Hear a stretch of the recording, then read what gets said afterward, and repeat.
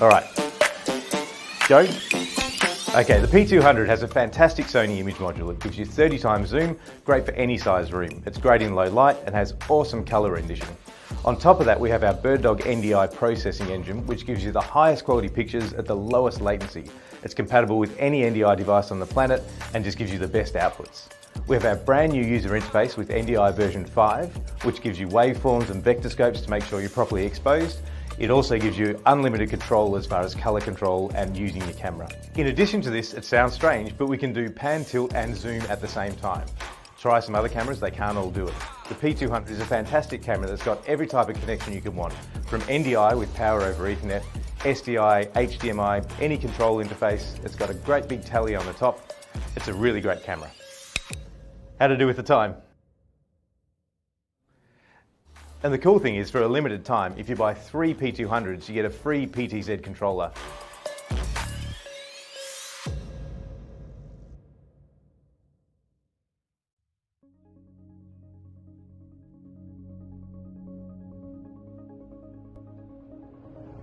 What's going on, everybody? I am BirdDog John. Thanks for joining us today, and we are going to kick things off here. It is 1 a.m. in Melbourne right now, and that is exactly where I am. Without any further ado, I'd like to welcome Robbie to the show. What's going on, man? All right, let's see. Hey, what's going on, Judson? Hey, thanks for having me. I do much more. We are joined with BirdDog Ian, who is at the Capture Summit over in Atlanta. So how's it going, man? Hot and sweaty. That's the most important question that our team can ask. Why are you needing this camera? Now, I haven't tested this thing since it got here. This is something that I'm really excited that NDI did. That's cool. Obviously, there are lots of flavors here, but this is the 4250 line. And our little friend here. Say hello to my little friend. It's brewing in the back of my throat.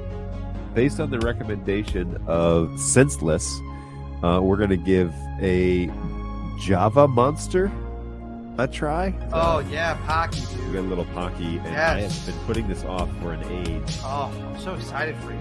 There is a Snacks on Stream mystery box brought to you by my Snacks on Stream manager, Brayton. What's going on, Bugsy? There you go. What's going on? Balu, good to see you, man.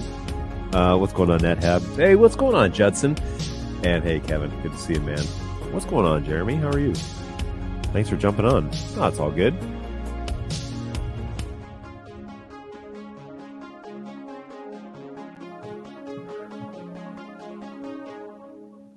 Yep. It is time again for the BirdDog Live Show. How's it going, everybody? I am BirdDog John.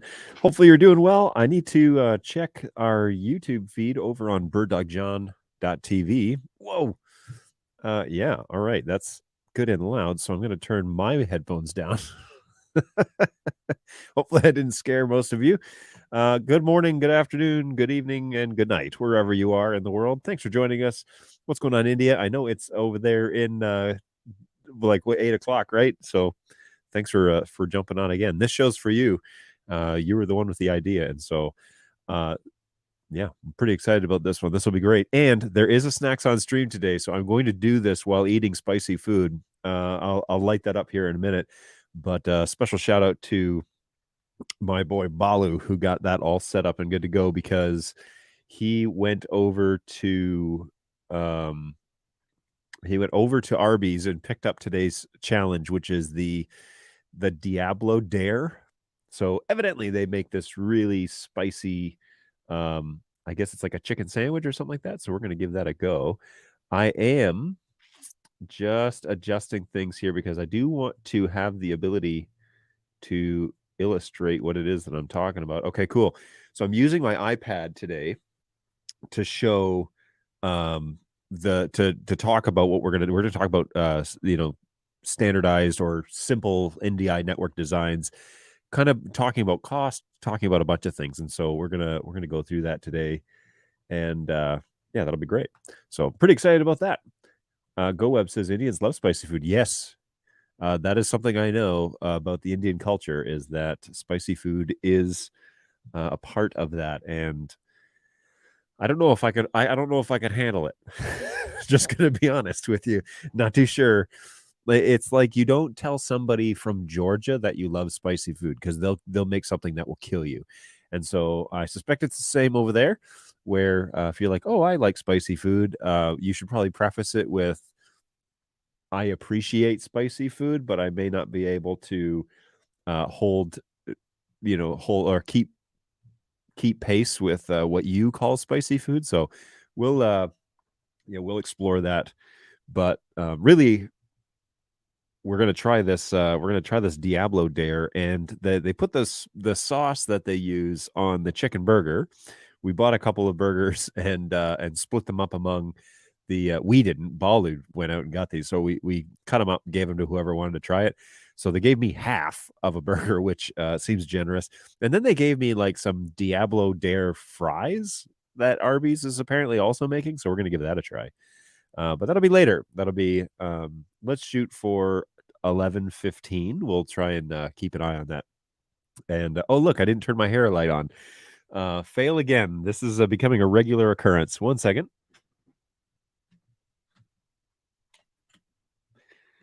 Okay, hair light is now. I was going to be like, oh, I'm not wearing a hoodie today, and I'm not wearing glasses today. And then I realized you can barely see me. So there, hair light is on. So much better. Hair light for my hat, not my hair. But anyways,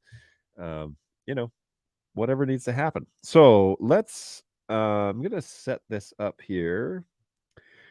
I've got my iPad set up so that we can do some talking about what. Where is it here? Come on now. I'm still not 100% on how to make this look better. Give me a quick second. Oh, it is under templates, maybe. Yes. All right, here we go. All right, let's go with this. Apply to this sheet. Okay. Giddy goo. We're ready to roll.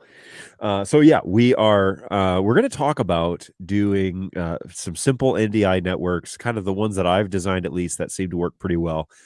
We also want to spend a little time talking about if money is a consideration. We want to talk about if you have like a medium-sized budget, and then also if money is no object and you're quoting things out for proper NDI use.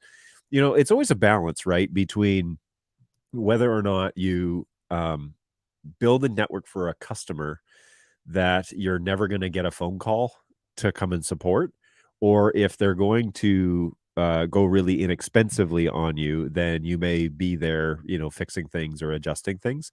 And we really should talk about how to deliver consistent results when designing your NDI network. So that's something we're going to talk about today, and I hope that you will appreciate that conversation. And of course, your comments are very much so welcome. This is not a one-sided conversation.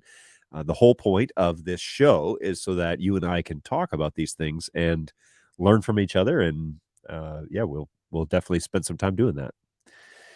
I was holding my tongue to see if you'd figure it out for yourself, and you did. So I'm so proud. Yeah. Whoops-a-daisy. The hair light was definitely left off. Partially because I ran in here. They were getting the Diablo Dare challenge all set up, which I could switch to that camera, I guess, and show you exactly what it is that we're looking at doing. However, I know this camera's going to switch. So this is the half burger and fries that they're planning on having me eat on the show. So that'll be fun, at least for you. I also know that there are some guys out in the office that are trying this. Our new hire that we started on Tuesday, she has elected not to join us this time around. Totally fine. She's going to watch all of us have problems with it, evidently. So good times. Can't wait for Snacks on Stream. I found something for you to do on Snacks on Streams. All right, Jeremy. I mean, I have tried a ton of stuff so far, so it probably won't surprise me too much. Send it over. Whatever you got, I'll take a look at it. It looks like it's half eaten already. It isn't. It's been cut with a knife in half, and they've given me half and split the rest up between the Bird Dog Support Tribe. So that is what we're looking at this morning. And it is morning. So it's only 11:12 here in Auburn Hills. pretty nice day. It was actually a little foggy this morning, so it's a slower drive in, but it's all good. Yeah, please send all Snacks on Stream ideas over. Brayton is the unofficial official manager of Snacks on Stream with the backup of Balu, who evidently got this morning's Snacks on Stream underway. So pretty thankful for that. But all ideas are indeed welcome. Now, I still hold the ultimate, like, will I or won't I try that? So if you're planning on sending me some truly like I, for example, looked into the one chip challenge, which, by the way, has doubled in price in the past month for some reason, perhaps because they're done making this year's one chip challenge and now they're developing next year's. And so there's less supply for the demand, but I don't know. I don't actually know why. So the one chip challenge has increased in price, but I was reading some reviews of people that tried it. And there's one, I think it's a lady. I can't tell, because the only picture they posted was of them in the hospital with an IV. And so I thought, maybe I don't want to have the potential of going to the hospital while live on stream trying to talk NDI. I don't think that's fun for me. And that's not really the precedent that we want to set here on the show. So I don't know about one chip challenge, but we'll see. Anyways.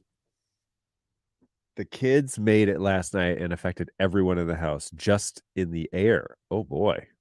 Now I'm really curious. What is this that you've created? That makes me a little bit nervous. If the kids made it and it hurt all the adults. Yeah, let me know. Any idea is welcome. Like I said, I reserve the right to veto.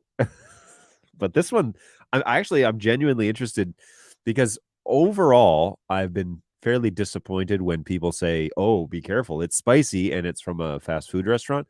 It is, but it's like Midwestern spicy. It's not Southern spicy, and it's certainly not India spicy, and it's certainly not, what the rest of the world would consider that. So, did you see the link that I sent on here? I did not see the link. You may need to email us.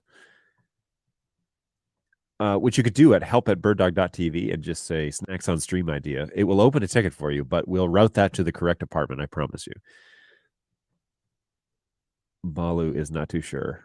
I don't know what this actually means, but he's given me the stink eye. So what's going on, Gene? How are you? Ooh, nice camera in your photo. Is that it's a little hard to see, but anyways. Hey, how's it going? Thanks for jumping on. I don't know which Facebook page you hail from, but thank you for jumping on. Appreciate that. Okay, so I want to kind of eat this while it's warm, and then we're going to get into the NDI networking discussion right after that. So that is the plan, and we will let's talk NDI. So here we go. John's just making up stuff to start drama. Look, I don't know. Look at him. Wish me luck, folks. It's my first Vegemite experience.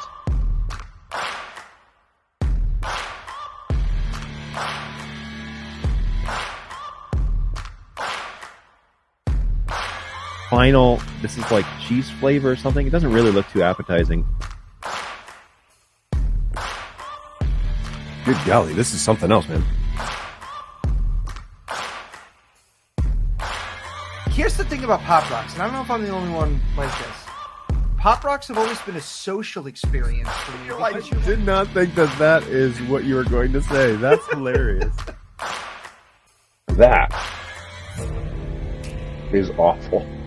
Oh, God, that's so bad. Jeez.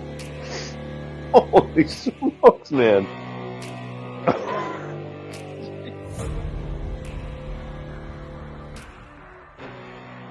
Yep. It is that time again for Snacks on Stream. So today we are trying out the Diablo Dare from Arby's. So here we go. We're going to find out what their definition of spicy is. This is some sort of challenge, evidently. And then they've also included the spice on the fries. So I don't want to necessarily... let's just put my keyboard out here. I don't need this for now. So I don't want to change my palate before I actually eat the burger. And so let's have that first to try and get this in the shot. It's shared among the office, which is why it's cut in half. But this is a chicken burger from Arby's with some sort of spice on it. I'm not even too sure what else they've got in here. Maybe that looks like jalapenos. So there's hope. And also the bun looks like it's like infused with the sauce that they're using. It's red of some sort. So I don't really know. I don't know what I'm eating other than it was brought to the office this morning and we're going to give this a go. So wish me luck, folks. This is the Diablo Dare from Arby's. I'll let you know. And oh, by the way, I have only water to subdue this. So I might be calling an SOS to my team out in the lobby who I don't even know if they're watching. So here we go.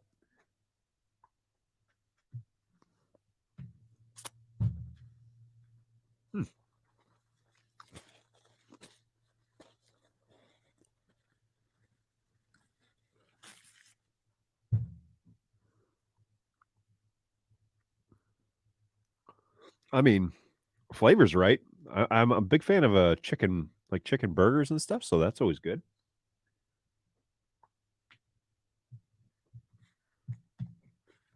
I am eating it. It's not, since we compare everything to this, it's not Korean spicy.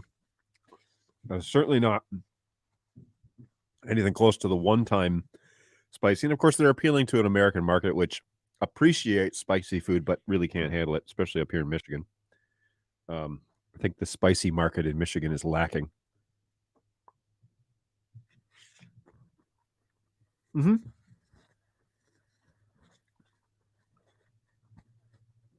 So Balu has reported that you're going to be fine because I was fine. Apparently, I have more tolerance than Balu does. You won't need it, meaning the liquid to cool things off. It's got a good kick the more that you eat it. It's building a little bit. It's not too bad.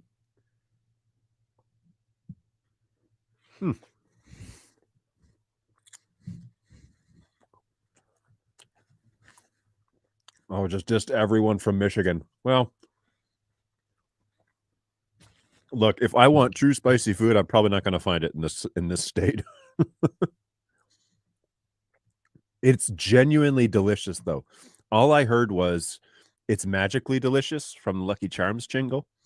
And then I pictured Clay saying that in a cliche leprechaun voice. So there's that. It is actually really the burger itself is quite good. I would definitely order this. However, it has spice. Like, I think for the average person, yeah, you might call that spicy. I don't know about being here on Snacks on Stream. That's we're looking for Snacks on Stream Extreme, right?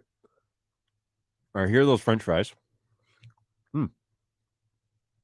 They definitely have the crinkle fry from the cafeteria taste, right? And then the spicy sauce on it. Not as spicy as the burger, that's for sure. So these are, the starch is actually helping with the heat. It's removing the heat. So genuinely, though, like if you go into Arby's and say, I want to try the Diablo Dare, is there like a prize for eating it, or is it just like it's a spicy sandwich and we're pretending like it's a challenge? The fries are good. Fries are quite good. Yeah. It's genuinely it's a good meal, though. Gonna have to do some extra crunches or something, though, eating these French fries. All right, so it's empty. And it is genuinely, I would agree with Senseless. It's delicious. I would also agree with Balu. It's I'll be fine. But it was good. And if you're looking for a little spice here in Michigan, check out the Diablo Dare at Arby's or anywhere, I guess. But yeah, it'd be great. Yeah, it is good, though. So all right, we're all in lockstep here. We appreciate this. I don't think it's marked as a challenge. It's just a new spicy combo deal. It says the Diablo Dare on their signs. I have an Arby's near my house, and I was like, oh, is it like a? I think that's what the package of the fries says too. I'm like, what's the dare? But anyway, they want you to go on TikTok and eat the whole thing and then post them in it. Not an ad. Interesting. Water. I got like a pepper or something right at the back of my throat. So every time I swallow wrong. Okay. Well, bring the keyboard back. That was excellent. I like it. Spicier than Wendy's spicy chicken. We'll put it that way.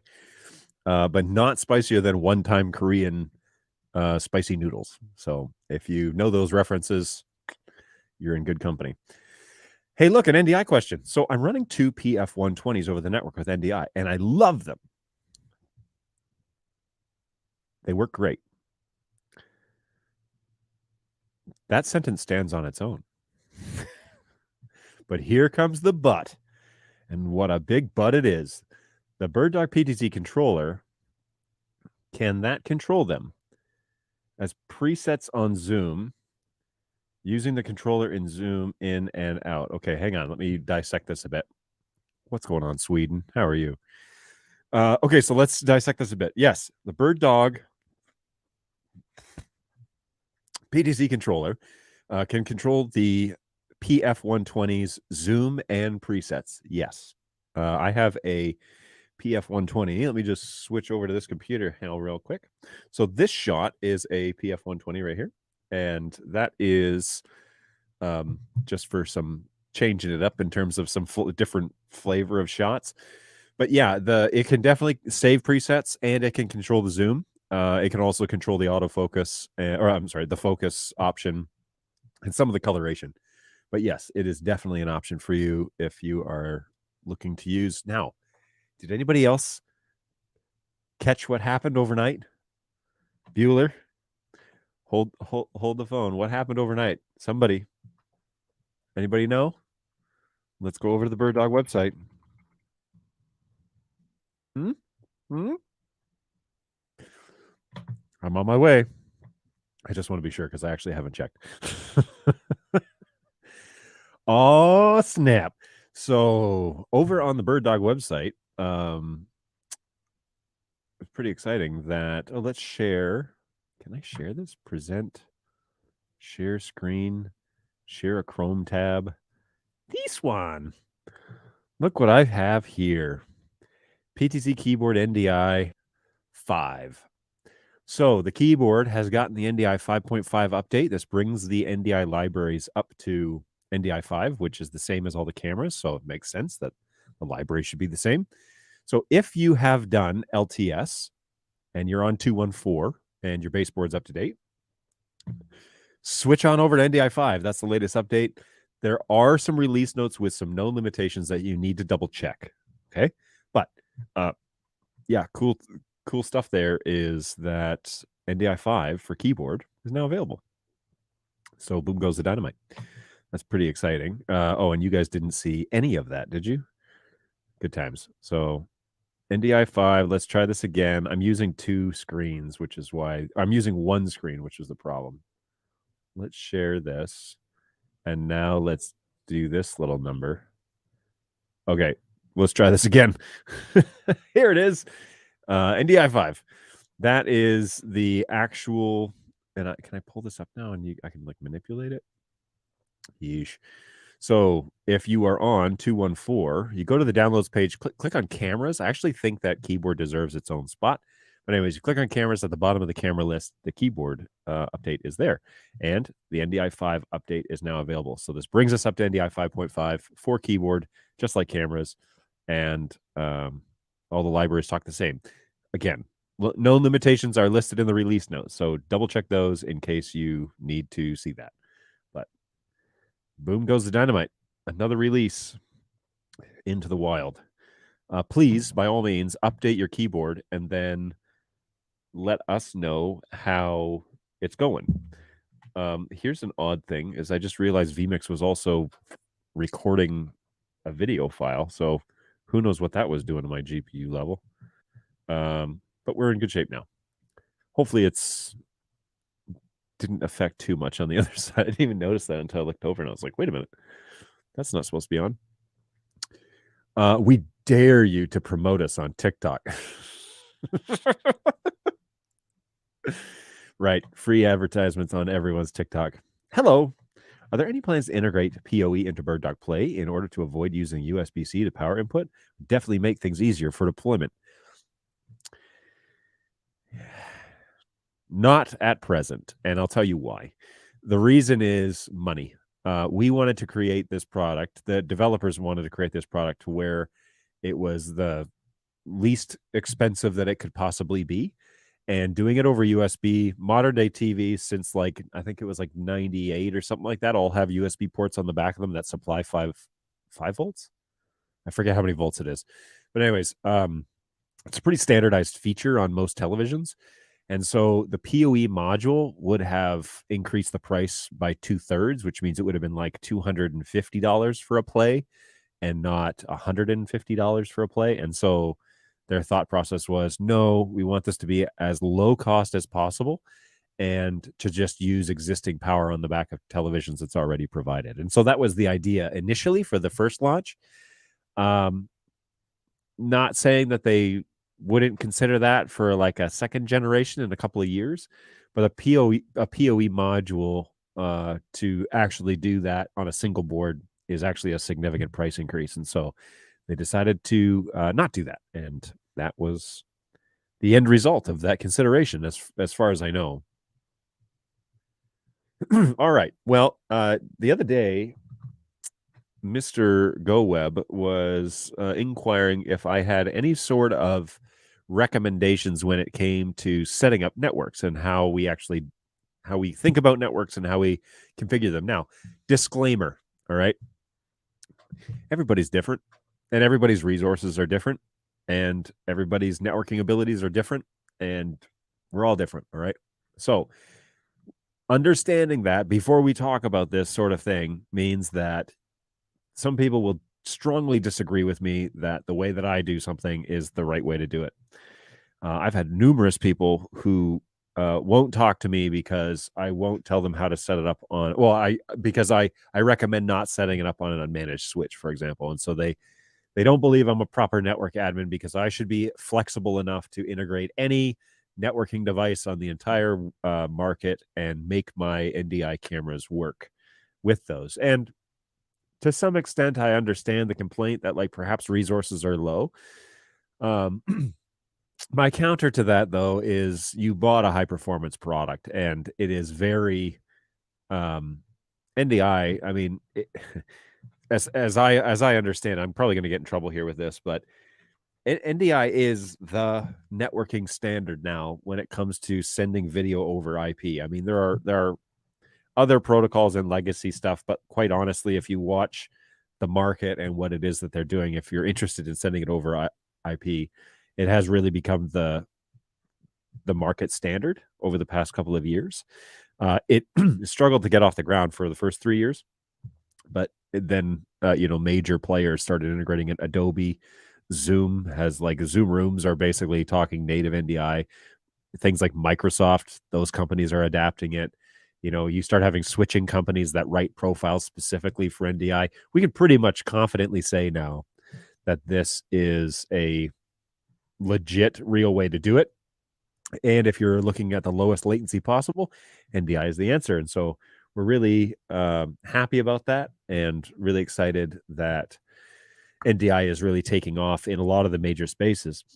There are some amazing things that are happening with NDI in multiple places. When you think about video and transmitting video, obviously the things that you can see right away are the ones that come to mind. And the major complaint with NDI these days is it's not fast enough for IMAG. I would argue that it is if you do it correctly, but I would also, again, that's a subjective, it's up to you what you expect.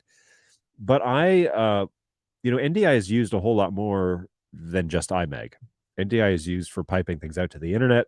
NDI is used for passing things around the world. NDI is used for, if you can convert it into NDI, you can basically get it anywhere as long as you have internet connection. But it's also used for like back-end processes. So, maybe you have a couple of my examples that I really like are, okay, so we've got a we got a basketball arena, we got a basketball game going on inside, and we got concession stands out in the lobby. Well, you can put TVs now in the lobby and put Bird Dog Plays on the back of those TVs, plug them in, and you can pipe the NDI output from your vMix machine or TriCaster or whatever, or a secondary output for that matter, to all of those screens. And if you're running it in multicast, it's really lightweight on the compared to TCP. It's lightweight on your network, but it's high quality, really high quality.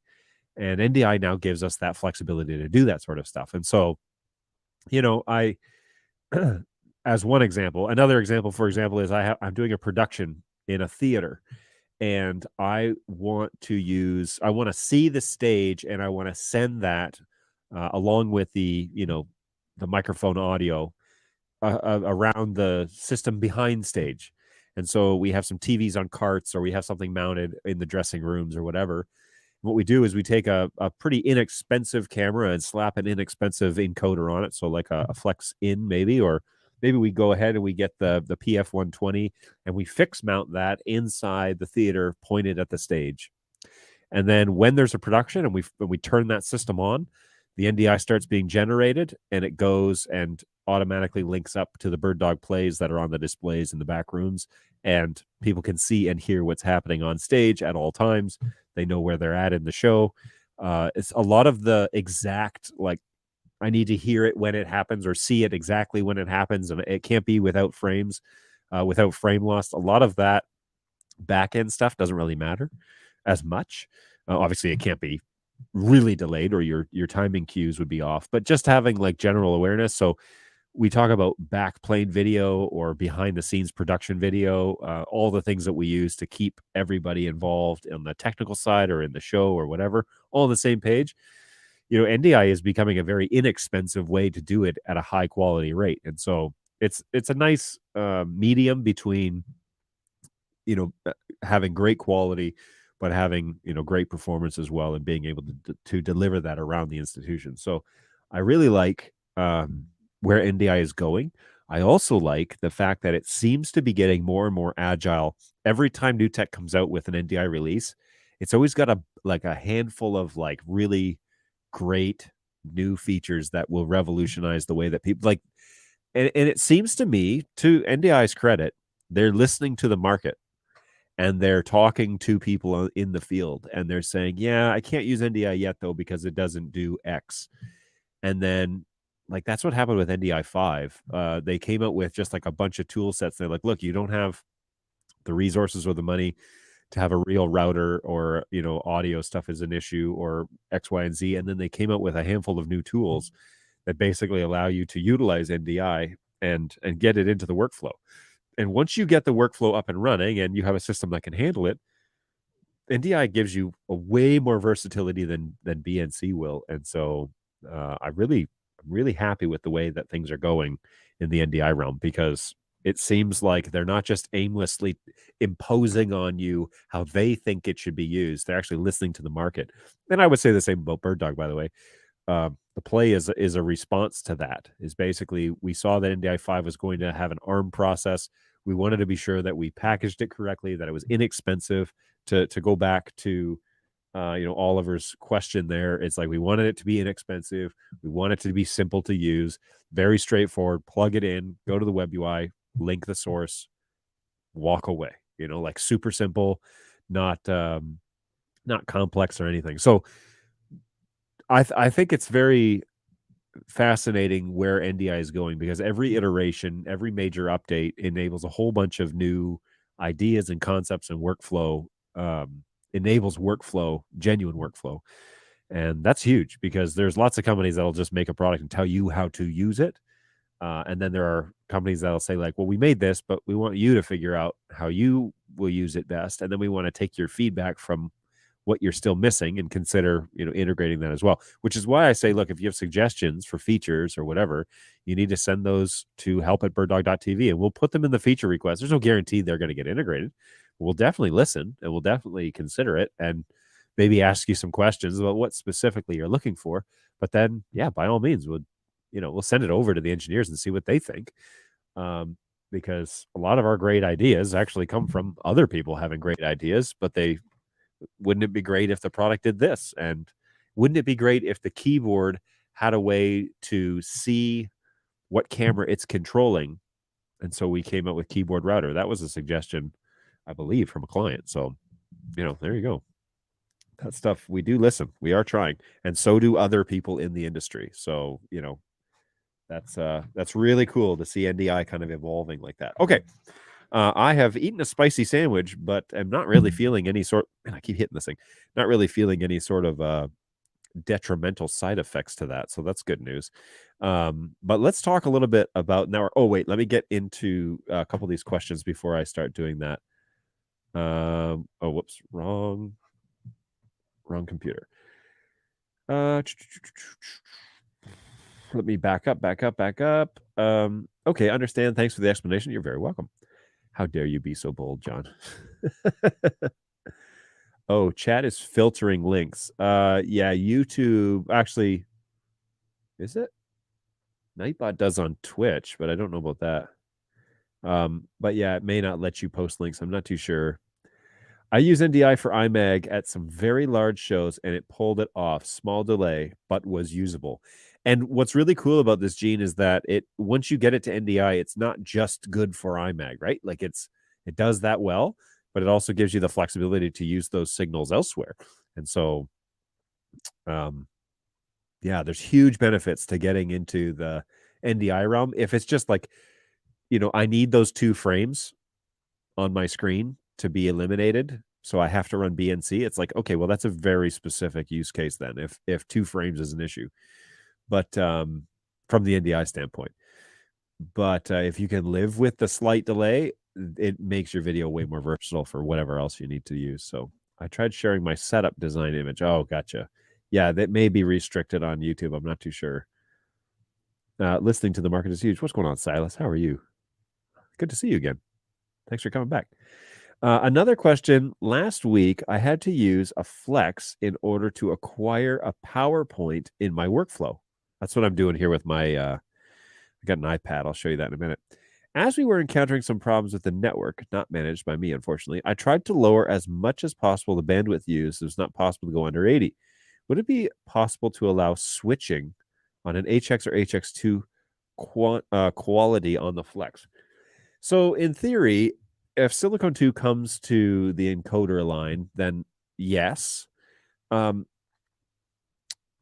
It was giving you issues on the network at 80 megs. First of all, I've said this before, that little threshold slider is literally that. It's a threshold slider. And so it's going to just like limit the packets that are coming out. And so it's going to compromise either the image or the quality or the speed or something. I don't actually know what it is that they change, but it does compromise the signal, like the actual image itself, by lowering down that threshold. So running it in NDI managed basically just means the camera or the encoder will take what it needs.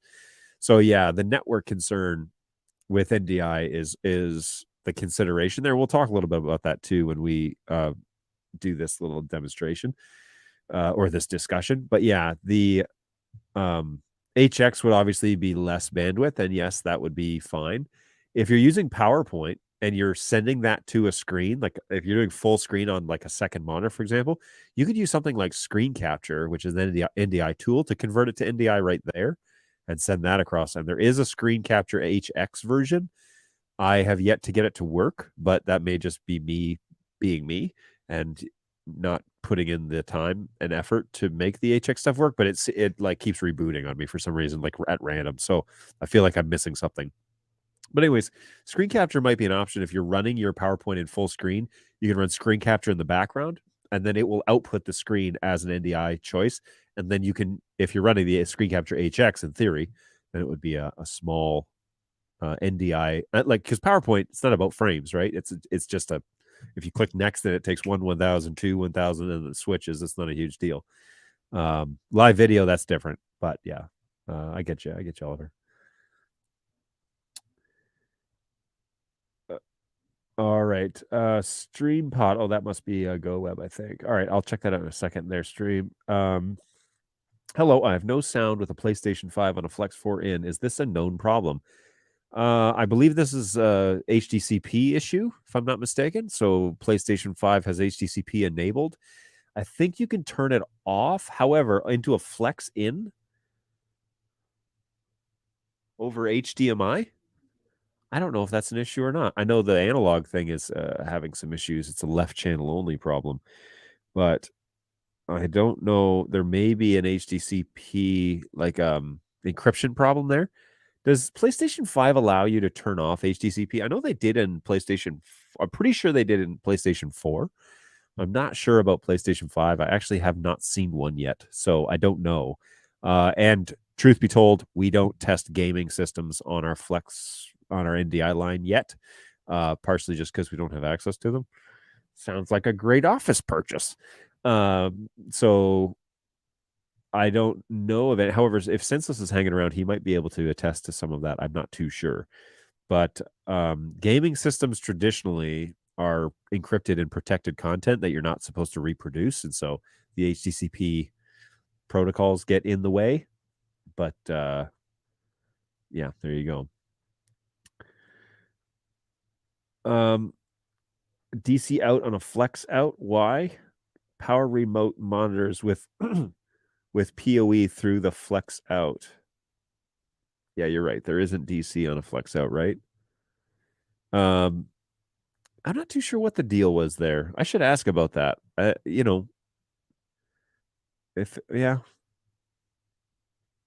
must be a reason. Anyways, I guess they're assuming that you already have power if you're going out. If you're going in, you might be powering a camera or something, or a Black Magic monitor. I don't know.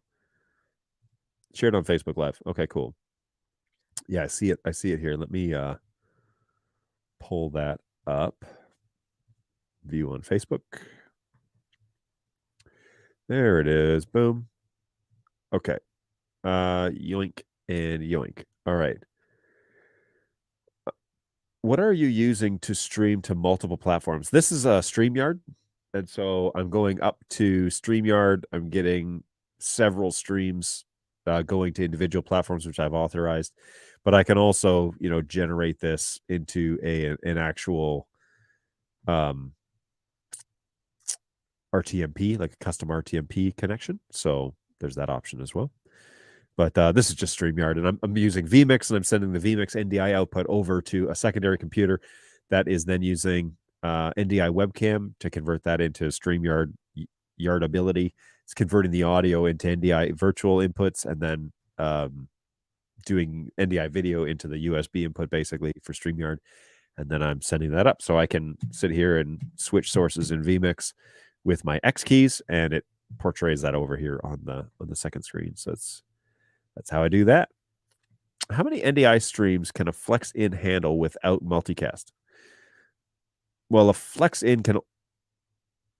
What? Wait, hang on. What? How many NDI streams can a flex in handle without multicast? What do you mean? Because flex in is to generate NDI, right? So you would only be creating NDI with that unit. You wouldn't be accepting flex. So a flex out, if you mean. And let me scroll down here. Okay, so yeah, flex out. I mean, it just shows one at a time. You could certainly set it up to switch between sources. There isn't technically a ceiling on how many, like if you refresh the list a few times and then pulled it down, it should see everything on your network. But wouldn't ingest things simultaneously necessarily. Provide some clarity there because I don't think I'm answering it correctly. Hey, you can use NDI for IMAG in venues so big that you can't see the talent and the screen at the same time. Or that's just it, is like the screens are on the sides and the talent is like, little tiny guy on stage. That helps. That it helps people who are way in the back to see things. So I would agree. Wait for Silicon 2 update. Yes, that was about that's about the HX protocol. I don't know what the timeline is for. I know Silicon 2 for cameras is like primary. So I don't even know about the Flexer 4K line yet when it comes to Silicon 2. HDCP is off, he says. PlayStation may be sending Dolby 5.1 audio instead of stereo. Oh, there's an interesting idea. Restream, I suppose. No, this is StreamYard. I used to use Restream, but now I use StreamYard. Yo. vMix desktop capture is also an option. Yeah. You're right. If you were to for the PowerPoint conversation, yes. Yep, that could have been an option to use the screen capture. The thing is that I didn't have access to the computer. I was just allowed to get the HDMI output and plug it into a Flex. I see. Interesting. So yeah, the Flex. I mean, if you're having networking bandwidth issues, then yeah, the Flex is really needing 140 megs. So I would discuss with the venue prior to hang on here, sorry. Yeah, prior to that I would discuss with the venue, because it really needs a little more setup time than that to make it work correct, to make NDI in general work correctly. So that's a bummer. DC out is on the Flex in, not the Flex out. Correct. How many clients can connect to the same Flex in? Oh, I see. Without multicast, well, it depends on your network, really. I mean, it's 140 megs per connection. So the port on the Flex, let's say peak performance is a gig, let's say more like 600. And so that's what, 4 sources, maybe 5 if you're lucky. And then whatever your network can handle. So if it can handle 800 megs through the pipe and to each of those individual spots, then let's say 5. But yeah, you're making individual connections in TCP. So that's going to be a bit of a challenge. Multicast is going to be the way to make that happen, if you probably need to go bigger than 4 or 5. He means how many decoders can view the feed from a Flex in? Yeah, sorry. Answer, bandwidth. Boom, that is the answer. Correct, NetHab. I've attached the confidence monitor with that, powering it with a Flex in DC out. There you go.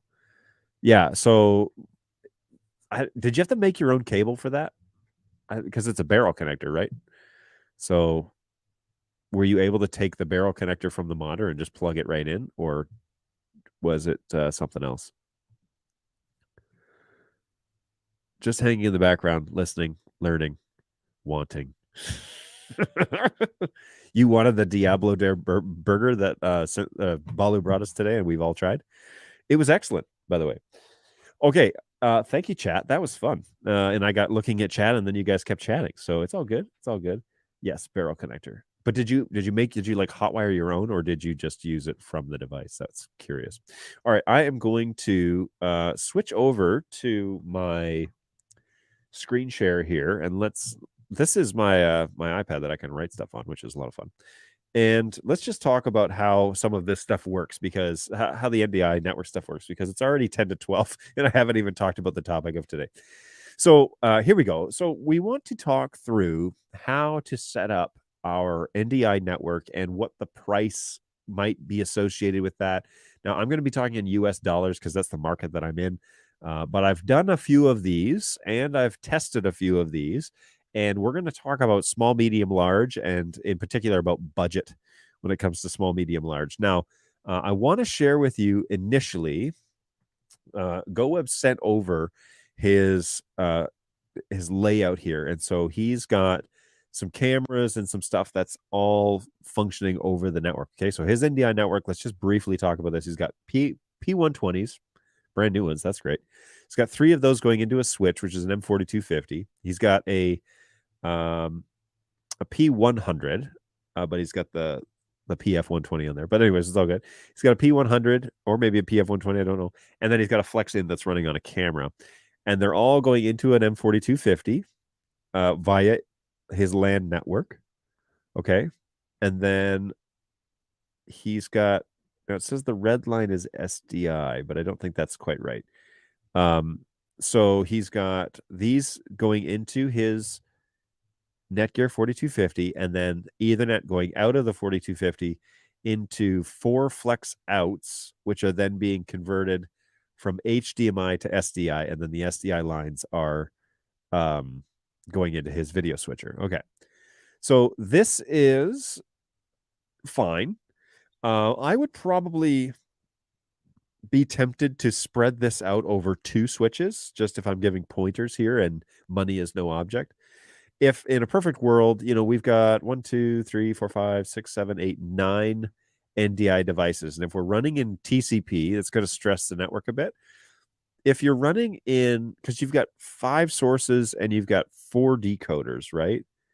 And maybe that's not literal. Maybe you have 5 sources and 5 decoders. But anyways, we've got a fair bit going on in the network. And so you may consider 2 things. First, you may, if you're running with N4250, run it in NDI5 profile and run it in multicast. That's probably the most ideal when it comes to NDI5, the P120s. The converter is going to be an NDI4, but it should be fine. I've got one here, and I'm actually using that today for this, and I'm not getting dropped frames or anything like that. So, oh, that's funny. Let's let me go back to this. So, yeah, I'd probably recommend going with something like a multicast setup on that switch, and that way you're only passing the packets once, right? And you're letting the switch do the work, but also that's just for usability, ease of use. It might be fine. I mean, if it's a 1-for-1 ratio, it doesn't really matter, I guess. But anyways, otherwise, I would recommend 2 switches, 2 small 4250 switches. So just even the 10 porters or 12 porters, I forget what they are total.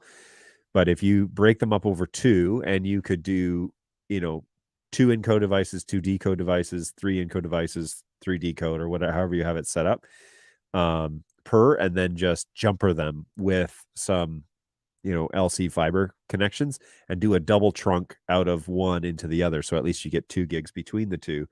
And then it kind of shares the load, and there's way more processing power. Your CPU and memory usage is going to be really low overall, and you'll get really good performance out of it. But as you start to expand, especially TCP, as you start to expand, people are really going to like your results that you're getting, and then they're going to want to add more stuff. You just need to have the flexibility to do it. So I would always share the workload between the 2. Let me just throw in here. GoWeb says just that you need to make sure that you have enough juice left on the PoE switch to make sure that you have that connect. Yeah. Your PoE budget is also to be considered. So that's a great observation here too, GoWeb, is that you've got all these devices are PoE plus powered. And so you need to make sure that your budget is within reason. And so to have a couple of 4250s may just give you more flexibility, but it really depends on budget, depends on what the client is looking for. Actually, I am using 3 flex outs and 1 flex in and 2 P120s. Okay. So in that scenario, then you've got 3 sources in, 3 sources out. You're probably pushing close to a gig, but that switch should be able to handle it fine in either TCP or multicast mode. Again, as you expand, multicast is going to be more of your friend. And we've done Jake, Bird Dog Jake, which you guys know, has set up his entire infrastructure as multicast, and he was just on site at a theater this week where he was setting them up for multicast, and it was performing really well. So I really do recommend that sort of stuff. Those consider at least take some time to test between the protocols. The NDI5 multicast stuff, you don't need to do anything on the switch side because it's already enabled in the NDI5 profile. So that's really convenient for customers. For my camera rig, I power my monitor from my Flex in DC out with a barrel male-to-male cable. It works great. I wish to do the same for the same confidence monitors. Interesting. Yeah, I'll see what the decision was there. I don't quite know why the limitation is there with the Flex outs, but there's probably a logical reason for it. Should I use the NDI4 or NDI5 profile for the M4250s when setting up multiple flexes? Multiple flexes, I would go with the NDI5 stuff and test it. I mean, obviously don't just like do it today and do a show tonight, but set up your 4250, do the NDI5 profile. If you're doing multiple flexes, so flex ins and outs, or depending on what you're using them for, you could definitely set them up in multicast. That's fine too. Yeah, there's a mention here of RUDP. It is less overhead than TCP, but I'm not 100% convinced with RUDP yet. and it's not anything that I can like stand on, but I still find TCP to be king of the castle. And if you're just looking at lowering threshold, yeah, try our UDP, but ultimately the multicast piece is really the piece. And with a 4250, I mean, it's almost like why bother with anything else after you get to a certain threshold or a limitation. NDI HX doesn't work on our network. IT manages all of the switches, so we don't have control. So multiple switch hops, not router hops, seems to be the issue. Oh, what's going on, Sean? Using extreme network switches. So interesting. NDI HX, does full NDI work? That's curious. So full disclosure, BirdDog doesn't have an HX protocol yet integrated. That's a Silicon 2 thing that hasn't been launched. But if you're having issues with BirdDog stuff, that's full NDI. That's different, and is a fair bit more demanding of the network. But what about NDI HX doesn't work? Because is it just that the ports are closed and the IT department hasn't opened them for that? Do you have an NDI VLAN? Like, there's a few questions here that we could ask, right? So full NDI works. Oh, interesting. Full NDI works. Oh, that's very interesting. Because you would think that if full NDI worked, HX is like the coloring book version. No, I'm just kidding. It's not. That's very strange.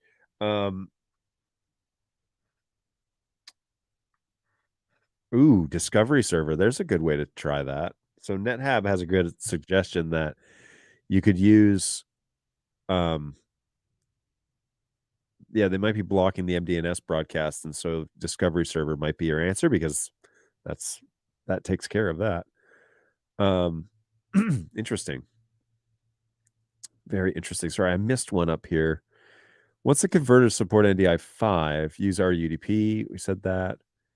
Scotty, I use a setup for commentators, USB interface to the commentators, vMix PC NDI streaming vMix PC.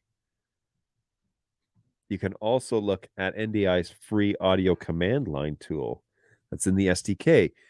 Ian Foster sent that to me. Man, I meant to look at that. I just let time get away from me, apparently. Ian sent that to me, and he was like, here it is. And then I didn't get around to testing it. So, all right, I still have yet to draw anything on my iPad. So let's get to it. All right, so let's talk briefly just about some simple NDI setups. Now, the first three that I'm going to talk about are all what I would say are my like go-to recommendations. If you have a blank slate and you just want to get it up and running and have the least amount of problems, there are some things that I would recommend that you do to make it easier for yourself and like everyone else that comes after you in the NDI world. So obviously, you guys all know this about me, but I'm going to recommend that you use a DHCP server and or service, we'll say. And the DHCP service is the thing that issues the IP addresses. What it also does is a whole bunch of things behind the scenes. And so when you enable this on a network through a router or layer 3 switch or something like that, it gives you the very flexibility. Yeah, and I'm sorry about my handwriting. Gives you the flexibility to add devices quickly, but also to control the devices in a more sophisticated way that's better all around when it comes to actually moving packets across the network. And so DHCP service is something that I strongly recommend that you look into, and getting one that is fairly reliable. Now, I haven't had a ton of problems with like the gateways from Unify. They seem to work just fine in the DHCP setup. However, the 4250 realm also has, it's a layer 3 switch, which essentially means that you can turn on these types of services just on the switch and you don't need anything further up the chain. And so that really simplifies things a lot. And so the first network I want to talk about an actual medium level network. Okay. So this is kind of like, we have some budget, we're buying some cameras, we want to just make sure that we do it right, but not the sky's the limits. So let's say we have camera 1, camera 2 and camera 3, and these are going to be like, PF120, the P120, and maybe we have like a P200 or something like that. So we've got whoops, my face is over okay, this says P200 over here. So we've got these 3, and just like GoWeb here, he's got a fairly good switch, and so I'm going to say I've got a 4250. Whoops a daisy. I'm going to have a 4250 series switch, and it can just be the 4212P. Whoops, and my brain is going ahead of my hands. So this could be like the 4212. Oh man, I almost did it again. I did do it again. 2P, which is just like their entry level for this scenario. And then over here, I'm going to be sending this over to vMix, but I'm also going to send this to like a flex out on a TV that's inside my studio that's going to run like a vMix multi-viewer or something like that, or a play or something. We'll throw a play in here as well. So what I want to do, and this is a more of a logical stance than anything, but what I want to do is, and we're going to do this in Bird Dog Green because why not? Is I'm going to connect these cameras to this 4250, but on this 4250, I am going to say this is going to be an isolated network, and vMix is actually going to have 2 NIC cards in it. Okay, so the computer that's running vMix is going to have 2 connections. So the first thing we're going to logically do is we're going to connect all of these cameras to the 4250, which is the 4212, and then we're going to also connect one of the vMix ports, and then we're going to connect these as well. So we're using 8 ports on this, or I'm sorry, we're using 6 ports on this switch. Then I am going to take a secondary connection, and I'm going to have a crappy cloud up here, which is not a good drawing. And we're going to get back to this, and we're going to make another physical NIC card connection to a network that is connected to the internet. Now, modern day NIC cards are going to be able to issue 2 different MAC addresses. If you have an older NIC card from like the early 2000s or before, sometimes they have the same MAC address on both NIC channels. It's actually not that common anymore, but sometimes it is. So if you're having this issue where you plug in both into different networks and you're starting to get all these network errors, back that off. PCIe, 16 dual NIC cards are like $15. So do yourself a favor, get gigabit NIC cards and plug them in to that vMix machine. Then in this scenario, I'm actually quite fine with a TCP with an NDI 5 profile.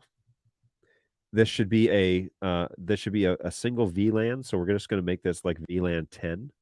And VLAN 10 is going to be across ports 1 through 6. So inside the 4250, we're going to set up an NDI 5 profile. We're going to call it VLAN 10. And we're going to enable the DHCP service on here. And you can make the IP address whatever you want. My recommendation is try and swim within some sort of like respectable lane. And so something that's recognizable, 10.10.10 something or 192.168 something. That's all well and good. A lot of guys, just to make it easy for people who are not network administrators, like to name their VLANs the subgroup that they're going to use. So, or the subnet mask that they're going to use. So in our scenario, we're going to make a VLAN 10, and on here, we're going to set the DHCP to issue addresses in the 192.168.10, right? VLAN 10 dot realm. All right. So this is anytime a device plugs into VLAN 10, it's going to get a 192.168.10 address. Now, it's just a coincidence that VLAN 10, that this 10 octet is the same as this. And we did that on purpose because we want to identify this is VLAN 10. So it's a nice clean way. If you're going to do multiple VLANs or you're going to have multiple NDI infrastructures or whatever, it's a nice clean networking way to know that I'm on the proper network that I'm supposed to be on. This particularly comes in helpful this is helpful when you have multiple studios that you want to isolate via like different IP addresses, but you want to give them their own VLANs, but you want an easy way to identify what VLAN it's on. So if you're in another room and you get a 10 address, I'm on the wrong port on the switch or something, or I've mismanaged the switch and I need to go back and change this port to be on the correct VLAN. So that's like the a nice little way to kind of help you out as the network designer is just to name your VLANs the same as your subgroup. Now, remember, this number, it has a limit. And so most network administrators, not everybody, most network administrators work in VLAN realms of 10. So a very typical way of logging into a switch and looking at the back end, you would see VLAN 10, 20, 30, 40, 50, 60. It doesn't have to be that way. There's no requirement for that. But it is just kind of a nice way to differentiate between, I'm on the 10 network, I'm on the 20 network, I'm on the 30. That means that you're getting 10 addresses, but it also means that you're on VLAN 10. So it's a very clean way to organize your network that way. Okay. These cameras, regardless about what products you buy, I mean, that's the flexibility and what your client wants. That's the flexibility. But this is literally to get this off the ground in this scenario is a 4250. And I think that switch is $700. So that's a medium network. Like that's a medium task. We've got multiple sources, multiple destinations. That's kind of medium level. You're doing something like this. Like in this studio, I've got one 4250 that runs this whole rig. I've got 5 cameras and I've got 2 decoders. And so I'm exceeding the limit here. However, I am running in multicast. So and not TCP. So, my scenario is very similar and I get really good results out of this studio. So this would be like, we want to do a production every week, or we want to put this in a theater, and we want 3 cameras. We want to teach our students. We want to put this in a church, and we want to stream every Sunday and every Wednesday or whatever they're meeting. That sort of scenario. This is kind of what we're expecting. And, I think that this is a reasonable price to pay for networking. The for sure costs are going to be your networking cables and your switch. The 4250 can do the layer 3 stuff that you're looking for. And there are ways to configure this, which we would get into in an education course. There are ways to configure the 4250 so that you can get internet on this VLAN. In this, the way that I have designed this network, it is primarily for, there's the camera. Oh yeah, I can scroll. The way that I've designed this is that it's an isolated network and that there is no internet, but there's no outsiders either. Like nobody's going to breach your network unless they physically unplug a device and plug into your VLAN. No one's going to hack into your network because they don't have access to this VLAN. So unless you give them admin control of your networking devices. So this way you keep everything isolated. Nobody's manipulating your cameras while you're not giving them authorization to. But and the reason to this vMix with the dual NIC cards keeps this NDI network isolated so that it's totally closed off. And it's just a nice clean design. It's literally what I'm doing in this office. And the grand total cost for that network is less than $1,000, which I think for high performance video is reasonable. All right, let's go to a page 2. So now we're going to talk about a small network. Okay. And this small network, we are going to really take into consideration that money is a factor. And so we've scraped together enough on the budget to get some cameras to add to our network that already exists. And we need another switch or maybe we have a switch or something like that, but everything's, maybe we're running a Dante network. Everything's already statically assigned, or we don't have the bandwidth to do something as sophisticated as a 4250. It's like, okay, well, it can be done with some free tools that are available. However, it isn't going to be as sophisticated as the medium-sized network. And so we just need to understand and accept the fact that that's the truism. And our network will not be as high performance as that next one. Whereas if you were to spend $1,000 on the network, it would be a little better. So the small network kind of looks like this. So let's still say that we have a vMix machine, and we're going to put that over here as our exit point. But we scraped enough money to get together like 3 cameras and a keyboard. Okay, we put our budget, we fundraised and whatever, and the church went out and bought 3 cameras and a keyboard. But we really don't have the bandwidth to do anything else. Like we really stretched it to get this package. Now we have, maybe we have some unmanaged switch. Maybe we'll put that in here. Unmanaged, MANA, managed. And this is just a flat unmanaged switch. It has PoE, or maybe PoE plus, hopefully. or maybe not. I mean, maybe it's unmanaged and we have no power, and we're going to just power our 3 cameras. So we did P200, P200. Whoops, good golly, John. P200 and a P200, and then we bought a keyboard as well. So we've got 3 cameras and a keyboard and an unmanaged switch. What I'm going to recommend is on our vMix PC, we are going to install Discovery Server. And Discovery Server is a part of now the NDI tools download. And what I want you to do is I want you to install Discovery Server, and I want you to assign a static IP address to our vMix NDI machine. Okay, so we're gonna set a static address. We're still gonna have 2 ports on this vMix machine. We're going to assign a static IP on the NDI port. Okay. And then we're going to fire up Discovery Server. And Discovery Server is, what's Newtek's color? Are they like blue or something? I think they're blue. Let's go with blue. So Discovery Server is going to be turned on. What else I want you to do is I want you to take Discovery Server and I want you to install this in the startup apps for this Windows computer. Okay, so when the computer turns on, you log into it, boom, Discovery Server starts up right away. I don't want a power failure to screw up your NDI installation. Okay, then we're going to log into each of our P200s. We're going to set them up static as well. You're going to need to do this in an isolated realm. Typically, what you would do is you'd power on. Let's say we got DC power, right? So, let's do this.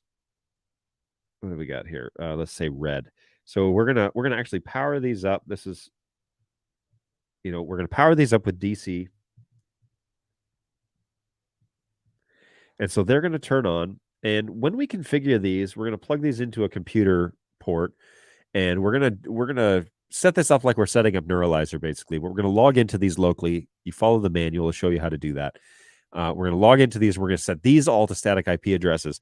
And our IP range, really should be 192.168 and then 1 dot something or something very straightforward, something very basic. Because we want to be able to keep this very straightforward.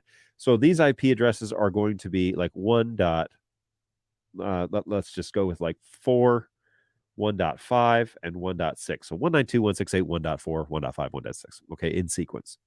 And then we're going to take this and we're going to connect these via Ethernet to our unmanaged switch. Now, vMix, this static IP address is also going to be 1 dot something. We're going to call this probably 1.1. or 1.2, something at the very beginning. So in this instance, I'm going to call this 1.1. So this vMix machine will be 1.1. Oh, whoops, wrong color. Oh, well. And so the static IP address for vMix will be 1.1. And then when Discovery Server turns on, it will be known as it's running at 1.1. Okay. Now, inside the P200s, when we're setting up the static information, we are also going to go to the Discovery Server option. We're going to turn that on, and then we're going to put in the Discovery Server IP address of 1.1. Okay, so DS equals 1.1, DS equals, and then DS equals 1.1. All right, we have done a lot more configuration so far than we did with the medium network. I just want to point that out.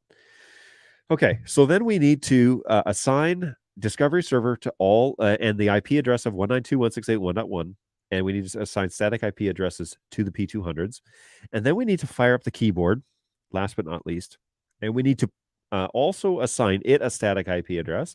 So in keeping, we would say it's 1.7, keeping with the ritual, but we also need to turn on the Discovery Server now with NDI 4.5 LTS, so that's 214 or NDI 5. Discovery Server should be an option on there. Discovery Server, and we need to set that as 192.168.1.1 and turn that on. You need to enable Discovery Server. What Discovery Server does is it,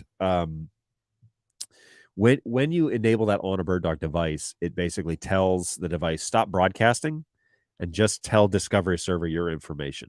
And this works in a TCP environment, by the way. Discovery Server is a great tool to like lower bandwidth needs. But in a static scenario like this is the way that I've seen it work, where it's really consistent and you make sure everybody is identified on the network and communication is working correctly. So Discovery Server 1.1 on the keyboard as well. And we're going to then power up. Well, it's already powered up. But anyways, we would probably reboot each of these devices after we make these network settings, power cycle them, let them come back. And then as you are rebooting them, watch Discovery Server. So it'll be running on the screen, right, on your vMix machine.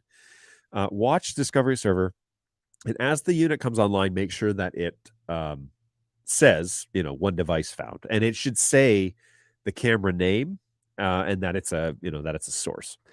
So if you see all three of the cameras appear and then you see the keyboard, I don't know, will keyboard show up as a destination? I'll have to check that. I don't know how keyboard displays itself in Discovery Server, or if it does, actually. Anyways, as you add those together and you go into our unmanaged switch, and this thing, of course, is also powered via DC, the keyboard. Now your vMix machine can be connected to your, it should have been connected this whole time, but it's connected to this unmanaged switch. But then you can also connect that vMix machine to your cloud offering, so offsite, or your other network or what have you. So the church has an internet network. This is a little bit tricky because I've seen this happen at a lot of churches where they have like a sporadic network that people come and like join over Wi-Fi, and they're downloading their Bible app and reading, whatever, checking out Facebook or whatever they're not supposed to be doing during service, and consuming the bandwidth while service is on. So you go in, you set this all up, you do a test stream, everything looks good. Sunday morning rolls around, you hit go live, and it's just like, and stops working. Really common. It would be better if somehow you could isolate yourself on a separate network, on separate horsepower, in a separate VLAN that has internet, so that the customers at church all show up and bog down the Wi-Fi network, and you have your own pathway out to the ISP. In many scenarios, like in routers and whatever, you can allocate bandwidth, always reserve 20 megs for this network. And usually that's the office network. And so the offices will be offline on Sunday mornings, probably. And so you can route out through the office network and always get consistent download and upload speeds. That's a free tip. That was just for the cost of admission.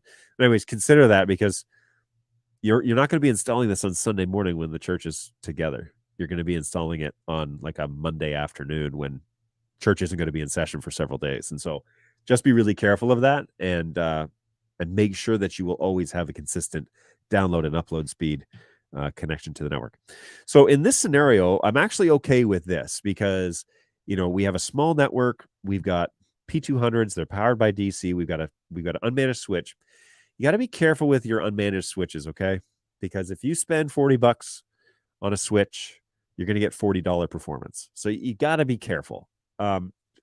Maybe don't have huge expectations when it comes to unmanaged hardware, because I know what the marketing says on the boxes. I've used dozens of different types of unmanaged switches during my day. I know what the marketing says, and it's marketing. So you need to take that with a grain of salt. If all you can afford is a $40 unmanaged switch, it's all good, but you do need to realize that is the performance you're going to get, is $40 worth, not $3,000, which is what the P200s used to run for when they were brand spanking new. So just be aware that that's a limitation. However, the broadcast and the routing and all that will actually be done just fine. The reason why I use keyboard in this scenario is because keyboard really relies on the DHCP and the MDNS to know who's awake and who's alive. There's a good chance in this configuration your keyboard will control the cameras, but will report back no when you connect to them. There's a few things going on there, but without getting too long in the explanation, there's a good chance it's going to say no. They will still be controlled. You can still steer them around and whatever, but it just may not say okay on the screen. It may say no. So just be careful there, and know the limitations of an unmanaged network. And again, keep your expectations pretty low, because this sort of design is workable, but I would hope that you are doing this design in hopes that next budget year you can buy an appropriate switch and then go to this design, which is a whole lot better. Now, this design could also use Discovery Server. You're going to need a Windows machine, but like DS could run. Let's go here. So like Discovery Server could be over here, right? And still service as the same function. I mentioned earlier that one of the cool things about Discovery Server is that it lightens the load of your network, and it literally removes the MDNS broadcasts because everything just sends its information to the Discovery Server. You would need to set your vMix machine to a static IP address, but for a computer, that's not really a big deal because you're actually not probably generating NDI that the rest of your network needs. And if you are, the MDNS and the DHCP are going to pick that up off of the vMix machine. So I'm not too concerned about setting static IP address for the vMix computer so the Discovery Server functions correctly on the vMix machine. I don't care about that, but the rest of the devices all need to be in DHCP mode.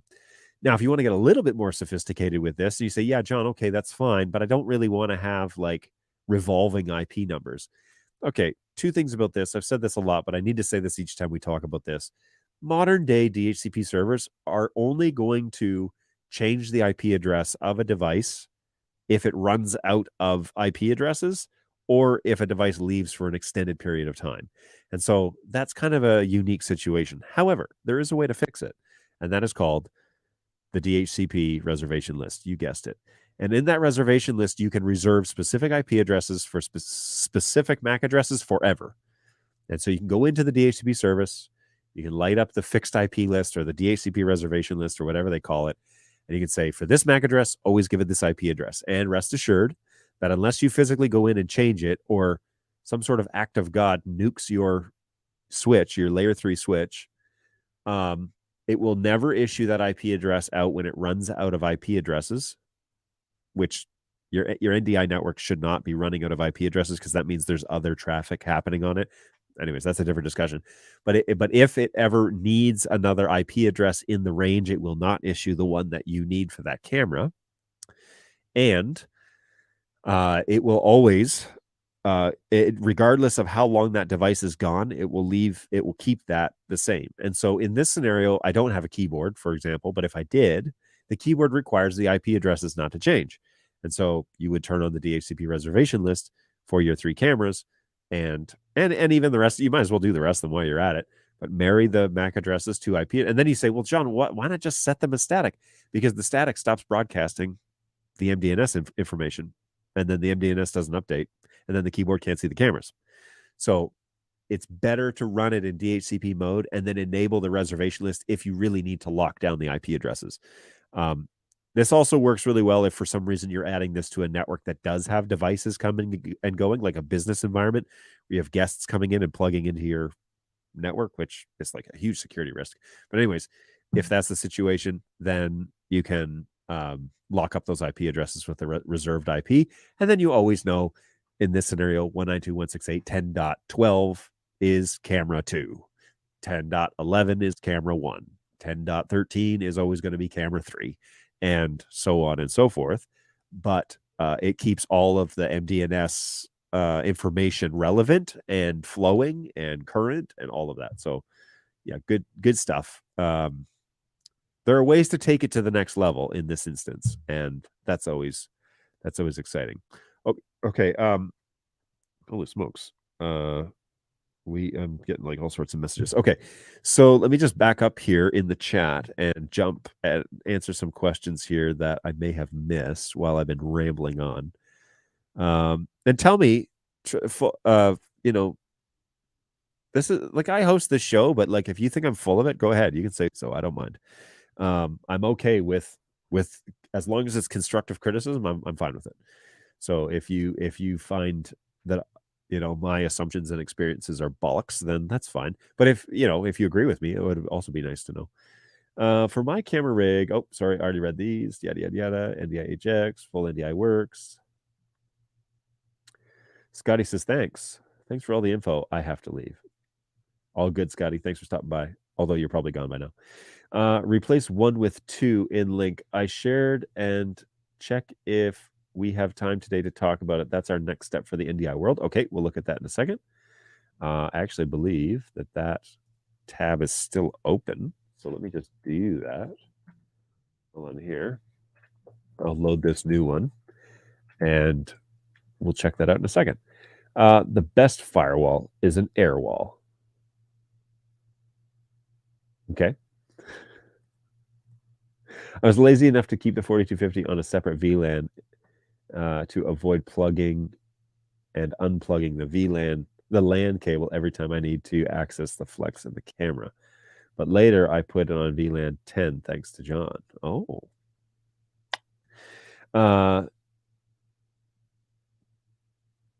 Typing makes your handwriting so neat.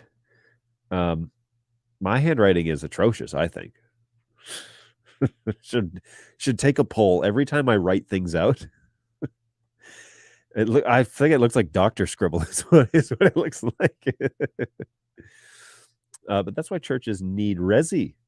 If the public Wi-Fi and production networks are the same. Yeah, yikes, man. We need to put an end to production and Wi-Fi networks being on the same VLAN. We use live view bonding for live streaming. Yeesh, live view. I really like them. Better safe than worry. What's going on, iPhone? How are you? It's good to see you again. Thanks for stopping by. Thanks, John, for such detailed explanation. Oh, I'm glad you feel that way. I am sure lots of views today got some insight into NDI networking. You are full of it. If it equals tasty, tasty spicy meat snacks.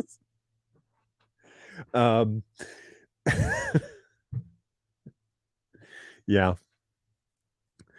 Wow, that's a good one. Thank you. Good stuff. All right. Well, the last it's 12:30. The last thing is the large network. I mean, is that something we want to talk about? Because it certainly is something that I'd be willing to discuss. And really just about expandability and making it reliable for the end user. And so I'll try and burn through this really quick so that we don't spend a whole lot of time. Let's jump back to page 3 of my fancy dancy little iPad drawing thing here. And really sorry if it's super not legible. But of course, like all things, now here I'm going to, we're really going to talk about sky's the limits, no networking limitations, budget is fairly large, and we can make this a real deal. And we're going to talk about expanding this through multiple rooms with at least 3 cameras per room, and then going to multiple outputs and so on and so forth. So when we set up our network, we want to think about how to do this so that we have redundancy and it's robust. Okay. The 4250, I don't know what that was. The 4250 makes various versions of their switches. And one of the ones that I really like are, I forget the exact model, but it has 4 SFP ports on it. And you might be like, oh my gosh, that's so ridiculous. Why would I do that? Well, there's actually a reason. And if you're serious about large networking, that's probably your go-to. I don't really care about port number, because in each of these rooms, I'm going to have 3 to 5 NDI devices. So I don't really care about port number. But what I do care about is how many connections I can make to the rest of the network over backbone. And so we want to create some redundancy in how we can manage things. And if a room goes down, it doesn't hurt us at all. And so initially out of the gates, let's just say we want to do a medium to large network install. And this is what I did at NAB, by the way. But then I'm gonna go one more step beyond that. So what I did at NAB is I bought what I lovingly refer to as a fiber core. Okay. And on this, the 4250 line has an all fiber unit. It's like 16 SFP plus ports. They're 10 gigs each. And it's pretty ridiculous. And what I did was I had desks around the studio, around the show at NAB this year in April. And, we had various, I forget how many desks we had. I think we had 7. So let's just be accurate and make 7 different desks. And in each of these desks, I was able to bring through, actually I bought, they were blue cables. I had both so these were the PoE plus 4250 switches. They had at the desks, they each had 2 SFP plus ports, and I connected each of those to the fiber core in an auto trunk situation. Okay. So for those of you who don't know, a trunk is basically a pipe that allows all VLAN traffic to travel through through the network. And obviously, worst case scenario here is if the fiber core dies, because then everybody's on its own island. Now, there are multiple ways to map this out logically where you can run things independently. For example, if I want to VLAN every single one of these desks, I could put the VLAN profiles inside the actual fiber core, but not do the DHCP service here, but do VLAN. So like this is, let's say this is table, we're going to go around the clock here. So like 1, 2, 3, 4, 5, 6, and 7. So, and this was actually like Zoom was running this table over here. So we had 7 different destinations. And so we could do like VLAN 10, 20, 30, kind of like my rule of 10s when it comes to how it all works. And this way I could look at the tables and I would know everything on that table is VLAN 40 right away, right? Now, one way that you could do this, I was really fine with doing it the way that I did it, but one way that I didn't do it was that you could then have the VLAN profiles individually on the switches at the desk. And so we could create the VLAN profile internally here. Okay, so VLAN 10 could be housed and managed on that switch. And what you do is you add the VLAN profile, and then you enable, it to be a static IP address, and then you set up the DHCP server on the 4250. But then you could just say all these ports are VLAN 10 on this switch, plug them all in, off you go. And the way that you guarantee that if you needed to make this a little bit more fluid across the entire network is you also add those profiles without the DHCP service on this fiber core. And so we would add, 10, 20, 30, 40, 50, 60, 60, and 70 here. And so the fiber core can understand what VLAN traffic might be coming across. And I'll give an example why you might do this. But you could set up on each of these their own DHCP service. So if the fiber core dies, everybody operates independently and the DHCP services are still running, all good. Everything's up and running. Or you could do what I did. And we were only going to run this for 6 days, I think we ran it for. And so what I did was I set up the VLANs inside the fiber core. And in the VLANs in the fiber core, I set up, 10, 20, 30, all the way through 70. And I set every single VLAN in the core to have the DHCP service enabled for that VLAN. Then all I had to do was go to the respective desk, configure this switch to be, I just did an erase, configure this switch to be VLAN 10. And what happened was the DHCP server for VLAN 10 here on the fiber core sent the 10 IP requests, the VLAN 10 requests, to this switch. But then I did it for all of them because this fiber core has a lot more horsepower than these little ones on the outside. And so the reason why I did it was because we had the horsepower to handle it on the fiber core, but then it could issue all the IP addresses. And then if I needed to make a change to any of the VLANs, I only log into the fiber core. I don't have to take my computer around to the other desks or whatever. So then what I did from a networking management standpoint is I ran a cable from the fiber core to my desk. And that was in the podcast booth that I was running. And if I needed to do anything or edit anything on the network, I just logged into it right there and was able to change any setting I needed.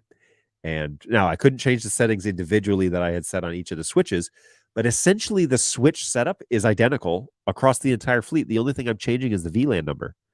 So now I know logically in my head, I mean, I could have written it all down, I guess, but I know that's table 1, that's table 2, that's table 3, that's table 4. And so if Jake comes to me and says, hey, I'm plugging in this camera, but it's not booting or it's not getting an IP address, I know exactly where to find those answers. I know exactly how to troubleshoot that from a centralized networking guy who's going to be the guy at the show that runs the network. It's a pretty simple, flat layout. Now, there is a flaw here that I have one fiber core, and if it gets fried, then all my islands are going to be literal islands, and I'll need to set up individual VLANs on each of these switches, and none of them will be able to talk to each other. But one of the advocates for why I set this up, and I passed this by New Tech just to make sure that I wasn't, making it up in my head logically and thinking that that was the answer, but they did approve this design. One of the reasons why I did this is because there were places on this network on switches that I needed to send packets from other VLANs. All right. So I needed to, for example, have a .7 address on the .1 switch. And you would be like, well, why is that a problem? Well, if the DHCP server resides over here on the 7 switch, right, over here, and I need that to get over to the 1, we're going to have to send a request through multiple switches to get that request. In this design, you only have to request it from one hop, from over the fiber, from the fiber to the fiber core in any scenario. And if you were to send an NDI signal from one desk to another, it would only ever have to go through 2 switches. It would leave the switch, the home switch, right, from the desk, but it would hit the fiber core, switch 1, and go to the other switch, like at desk 5. So 2 switches ever would only ever have to go through that. We also were running most of this network in TCP, and so bandwidth was a consideration.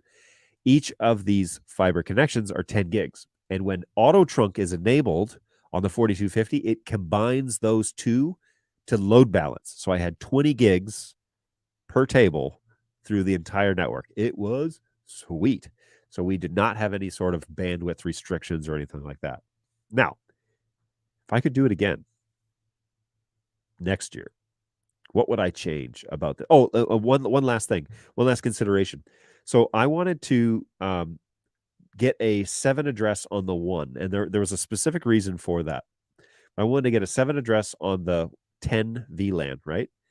All you have to do is go into the 4250 switch that you've got at table 1. Okay, so this table right here, you just log into that switch and you just highlight the port you want and say VLAN 7. And now that port on that switch will always give you a .7 address.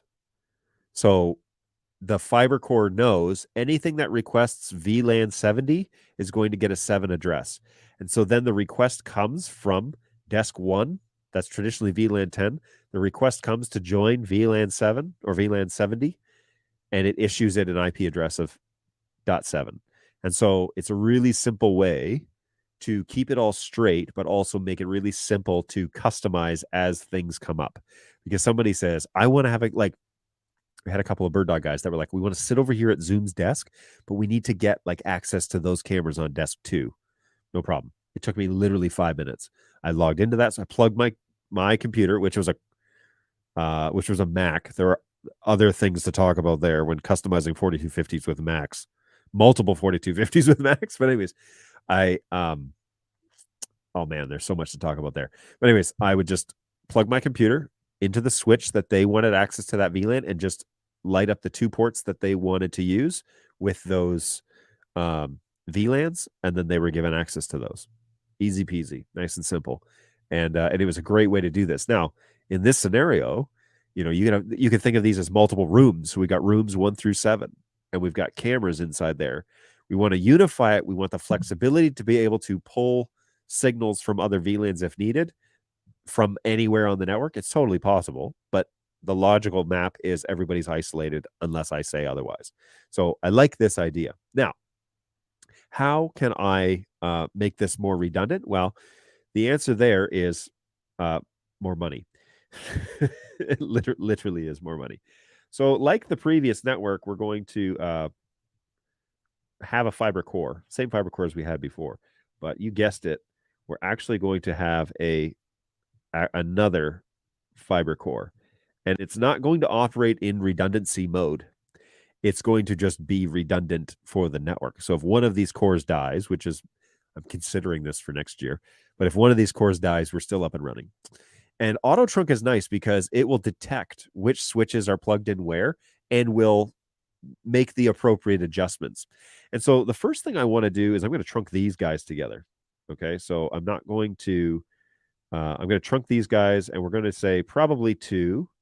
But if I have other fiber ports open at the end of this, so we have 16 ports on each, I'm actually only going to use 7 ports on each. So what you might do is do this number. and so on and so forth. So you can trunk multiple lines together, and these two switches will see them as trunk lines.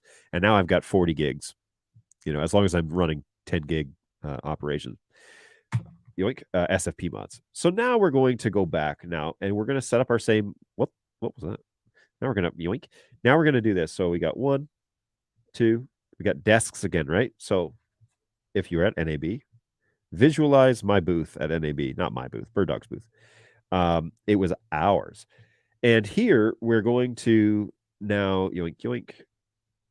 Now we're going to connect each of these desks, but we're going to do it in a way that's redundant. And if these switches, so the switches that we had at NAB had 2 SFP plus ports, which are 10 gigs each. And in that scenario, I would do this, right? So we would do this number. Okay. And then we would, oh boy, this guy needs to also go like this.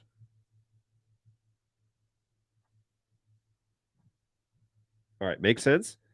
So if one of my fiber cores goes down, we still have 10 gigs up to the system, which is, for our scenario, is plenty. But if, so if we lose a fiber core, everybody is still functional. Everybody still gets their information that they need, but they can still communicate with each other as well. And what this does is just create so that when you have a problem, or say you need to take one of your fiber cores out for maintenance, or you're going to do update or something like that, the whole system still functions. And so this is beautiful if you're running a robust network to create something that's a little bit more intelligent. Now the question becomes, where do you host the DHCP information for this? Because the master fiber switch, obviously, if you eliminate that, you're going to have a hiccup in service. And so this is where you would probably put the DHCP service per VLAN inside the individual switches. So we would set up, number one. Come on now. We'd set up, desk number 1, 2, 3, 4, 5, 6, and 7. And we would put the DHCP services inside each of these layer 3 switches. We would put the profiles for each of those in both of these,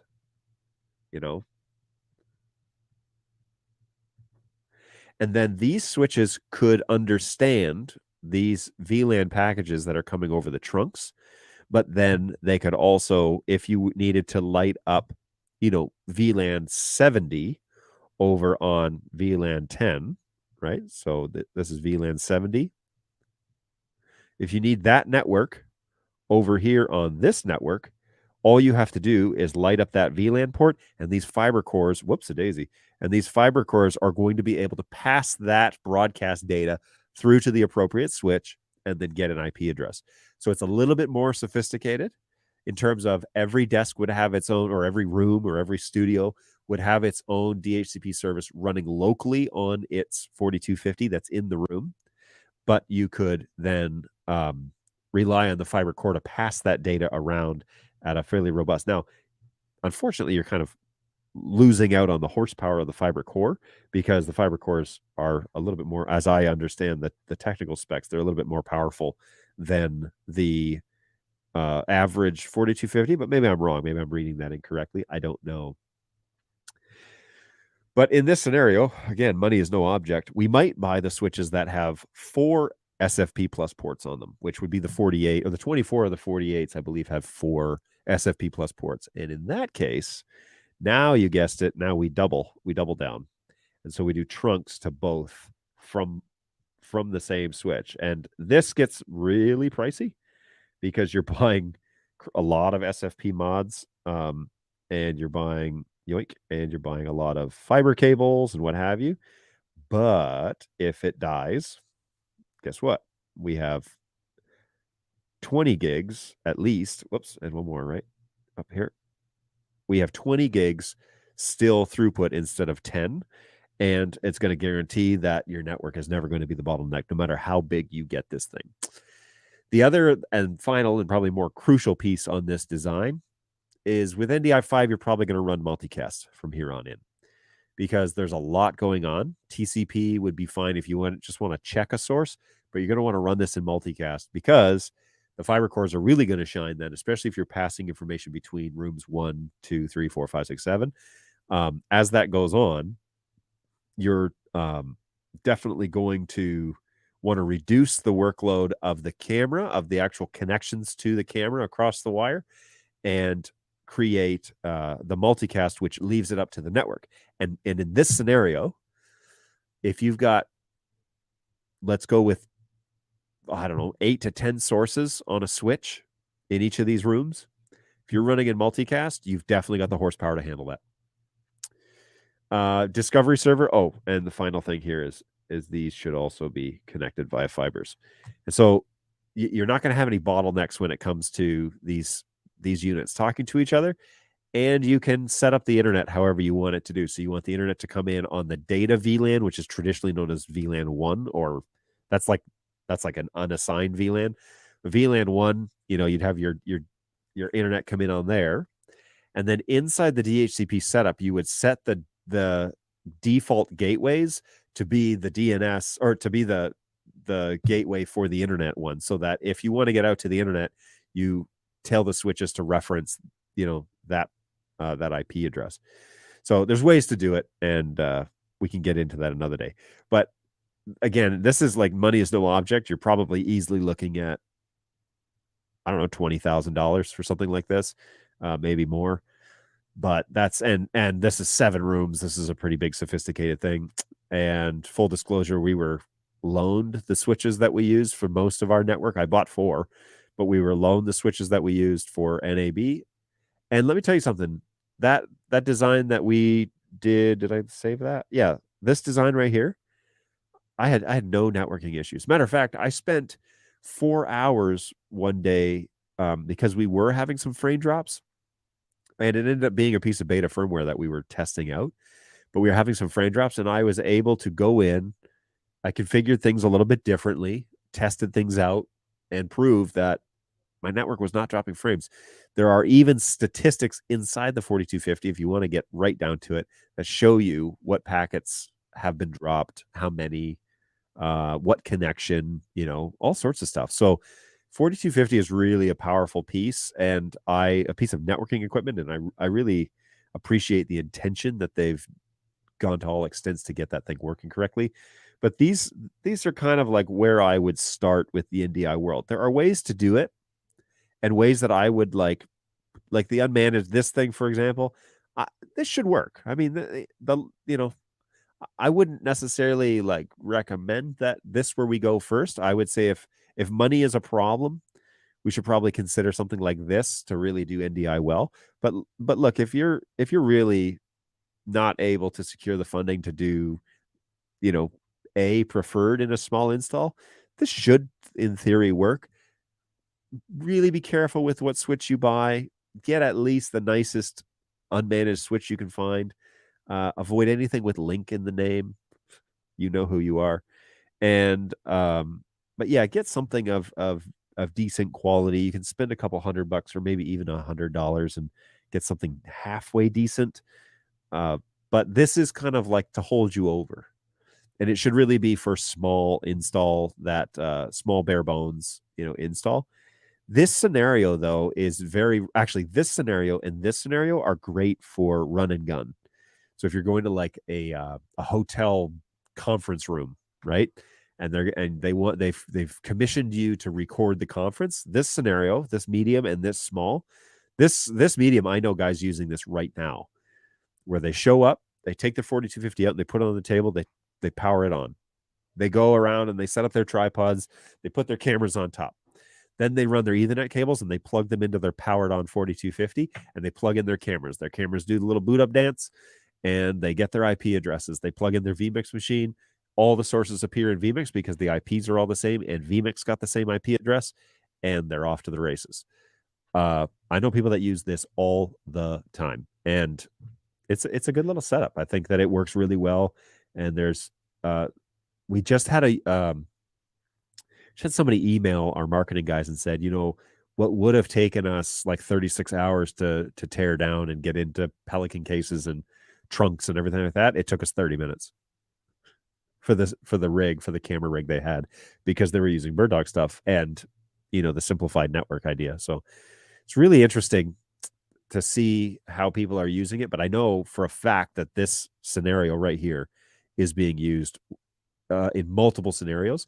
I also know this is being used in multiple scenarios with varying results, but it is being used. And in theory, that should work. What people normally miss about this setup is the discovery server item, because they just think I'll just set everything to static and then I'll turn it all on. It's like you're missing some key elements here. So discovery server is really the key to making this setup work correctly, because it will do the things that you are missing on the network when it comes to a managed or unmanaged network. It will do the majority of the functions that you're missing. You're still missing some performance stuff, like unmanaged switches, for example. They don't really have performance standards. A lot of them are fanless, for example, which means they're not expecting to generate a bunch of heat. Has anybody stood around a 4250 when you're running it like with 4K sources on it, whatever? Those things get warm. Like we're pushing some data. The switch should get warm. Fanless things, I don't know. I don't know. Your results may vary. That's all. I'm not saying it can't be done. I'm not saying it shouldn't be done. I'm just saying your results may vary. And then, we get more and more ridiculous as time goes along. Of course, there are cameras plugged into each of these tables and all that sort of thing. And then our redundancy mode, which really gets a bit messy. But yeah, that auto trunking feature on the 4250s, that's golden. That's super helpful. It's great. You barely have to do anything to get it to work. So there you go. I hope that was insightful in some regard. I keep looking over at the chat and I keep seeing you are full of it. Tasty, spicy meat snacks. Discovery server, explain as we're 5 years old, please. What does it do? So discovery server is a service that actively runs on your Windows computer, that when you point a device at it, the device sends its broadcast to the discovery server, and the discovery server recognizes that it's on the network, actively recognizes that it's on the network and that it is working. When that device, for example, gets powered off, discovery server will see it leave the network. When you don't have a discovery server on a static network, nobody knows when you come and go. And the static node, the network node, let's say the Bird Dog camera in this instance, when it's set in static, does not send out a broadcast in static and say, here I am, everybody know who I am. You can force it to do it by opening Studio Monitor, because Studio Monitor requires all NDI sources on the network to identify themselves at all times. But even then, you'll notice this happen on a static network. When you leave Studio Monitor open for a while, like say an hour, and then you go and you open the list, it will be out of date. If you've been moving and taking NDI sources on and off the network, you'll notice that list will be out of date, and you'll need to restart Studio Monitor to get that broadcast request to happen again. But when you first open Studio Monitor on a computer, it will demand that every NDI source on the network identify who it is so it can populate the list. It's a similar thing that's happening, but discovery server will, if you point a device, let's say a Bird Dog device, at a discovery server, it will say, hey, here I am. Here's my broadcast request. I was told there's a discovery server at this IP address. Here I am. The trick with discovery server is if you don't belong to discovery server, you won't see any sources. And so if you're, for example, wanting to see the sources in Studio Monitor on a PC, you need to open Access Manager, go to the Advanced tab, and say, I am using a discovery server and it's at this IP address. A computer not running discovery server. Okay, so you have a Windows computer, say it's like your vMix machine, and it's running discovery server. You don't have to tell that one that it's running discovery server, because it is going to be receiving all the requests at that IP address. So the internal routing table and everything will handle that for you. But if you take a computer, let's say I have a laptop or a stellar Microsoft Surface Pro, like my team enjoys here. I can't say my boys anymore because we hired a female. My team here loves the Microsoft Surface, sarcasm. And you have a discovery server running on your network, it won't find the sources unless you go into Access Manager and say, by the way, also check this IP address, because that's where the master list is. And that's what it's doing. It's compiling a list of NDI sources, but you have to specifically tell it, this is where you find the discovery server. And then discovery server will keep an active list going. And so when the sources come on and off the network, it will see them come on. So that's what that does. When you think you understood everything, then comes Fiber Core. I think I have to take the Network Plus course seriously. So a Fiber Core is literally just in my instance, I mean, people use the term a little bit loosely these days, which is fine. But Fiber Core is basically the thing that I'm using to make my network communicate to each other. And the fiber ports are extremely fast and are high performance. Even SFP ports are high performance ports. They're just running a gig, but you can get a lot more data down a fiber port than you can down an Ethernet port just based on flat out speed. It depends on modules and stuff that you buy, but in general, the fiber ports are great for speed and for long distances. For example, like multi-mode fiber can run 550 meters. That's a crazy long distance. And so if you're setting up like that's, most university campuses, unless you're talking about dark fiber, then you do single mode fiber. Single mode fiber can go miles, like miles. It's what they use for like telephone services across northern Canada. They bury fiber cables next to train, like railroad, next to railroads, basically to the tracks. They bury them under gravel, and they just send them through the Canadian boreal forest, and quite literally for miles and miles or kilometers upon kilometers, they can send telephone signals. And so long ago are the days of copper cables that are telephone lines. Everything's fiber up there these days, which is really cool. But they can go miles. It's single mode is what that is. And single mode can go really, really long distances. And there are varying degrees of that.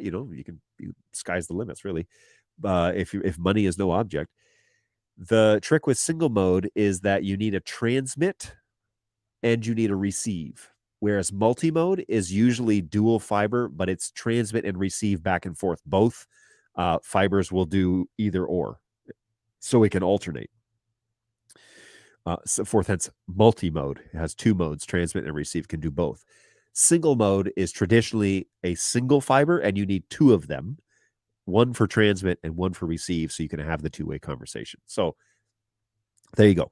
The fiber core is just the thing, the brain, that all the fibers come back into and pass through that silicone. And so fiber cores are traditionally beefier switches. They're still technically switches, but they're beefier networking units because they're handling large volumes of data and routing it throughout your entire network to certain tables and switches. And so needless to say, at NAB this year, I was not using the maximum capacity of my fiber core. It was totally overkill.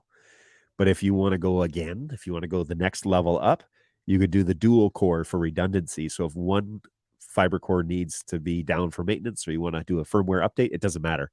Everything still has 20 gigs all the way through, and that's generally pretty good for most large installs these days. What is that switch at center of the fiber core? So the fiber core is, are you looking for the actual model? Because I can find it.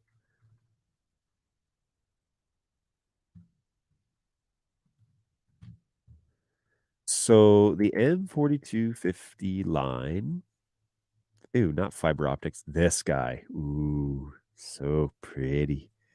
So the fiber core that I was using is called the model number is XSM4216F, as in Fred. Let me throw that in the chat just for. Oh crap! Wait, why didn't that copy? Come on now. Control C. Why? That's annoying. To do this like a barbarian, copy and paste with the mouse. All right, so this was the switch that I was using for the fiber core. And if you look at the photos, it's on Newegg and it's on a few other places. If you look at the back of the switch, you'll see the 16 fiber ports. I mean, this is like a networking guy's total dream, is to have this thing operating in his network. And I'm really hoping to get one for our new office space, because it'd be great to, practice what you preach in your own environment. But basically, that's the core that I was using, and I was running dual SFP plus fiber multi-mode back to this thing on each desk. And then the desks, some of the desks had 2 switches, some of them had 1. And so I would marry them together just depending on what we were doing there. But we had 10 gigs back to the fiber core to the remainder of the network. But it's what I lovingly refer to as a single hop network. It basically just goes to the core and then it's at the other desk. And so if you ever need to send a signal around the booth, it's a beautiful, very fast, very you don't have to like jump through 6 or 7 switches to get to the destination. You don't have to worry about one of those switches having a like wing and out issue. If something's failing on the network, it's just localized to that location. So really a great nerdy, totally nerdy switch, but yeah, good times. All right, sorry, let me cycle back here. Why wouldn't you sit by your desk and log into the different switches from there? Why couldn't you sit by your desk and log into the different switches? Well, you can. So in my that's kind of what I was referring to is I could control anything on the network from my podcast desk, basically being plugged into the fiber core. So like because the switch itself, okay, so one of the things that I did was I designated every switch to have an IP address on the data VLAN or the unassigned VLAN, which is VLAN 1. So every switch had a 1 address. And so then if I need to make a change to a switch, I could just dial in 192.168.1.2, table 2, and it would take me to that switch. And then I could make configurations from my podcast booth on that table over there, you know? And then I need to get into 7 and edit something for the Zoom table, just 1.7. And I logged into their main switch and I made the alterations for them and it lit up that port. So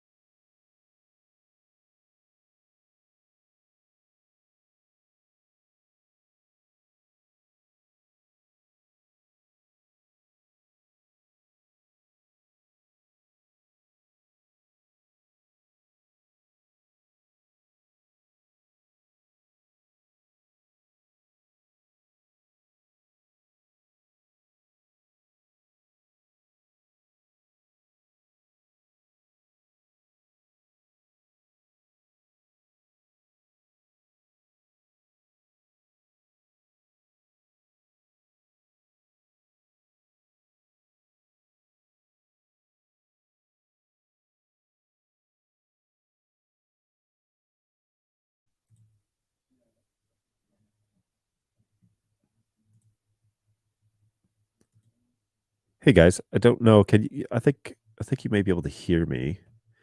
The question will be, can you see me? I don't think so. Let me just restart this real quick. Anybody let me know. Hey, NetHab can hear me. Excellent.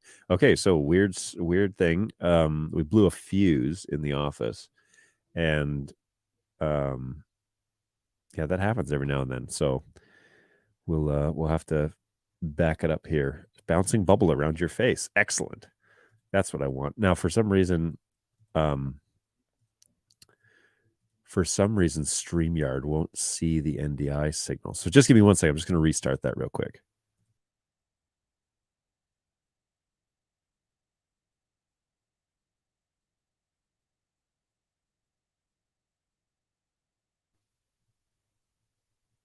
Okay. Oh, there we go. All right. So, boy, that was weird. I mean, not weird, but I know what happened. And we're back. This is going down as the longest show ever. All right, so let's jump back to these questions real quick before we. Okay, I thought that you said that you went to the desk and you plugged in your Mac. Yes. Okay. So initially I had designed it that way, but then I had decided that I didn't want to spend all the time walking around, especially during the show, and so I ended up doing that differently, where I had the one address. Basically, each of the desks all had a one address, all had a data port, because we weren't using all of them, and then we were able to just log into them directly from my podcast booth after the fact. So this is weird. My confidence monitor is now off, which means my play. Did the play reboot? I don't know. Anyways, more on that in a minute. Oh, there it is. Hang on.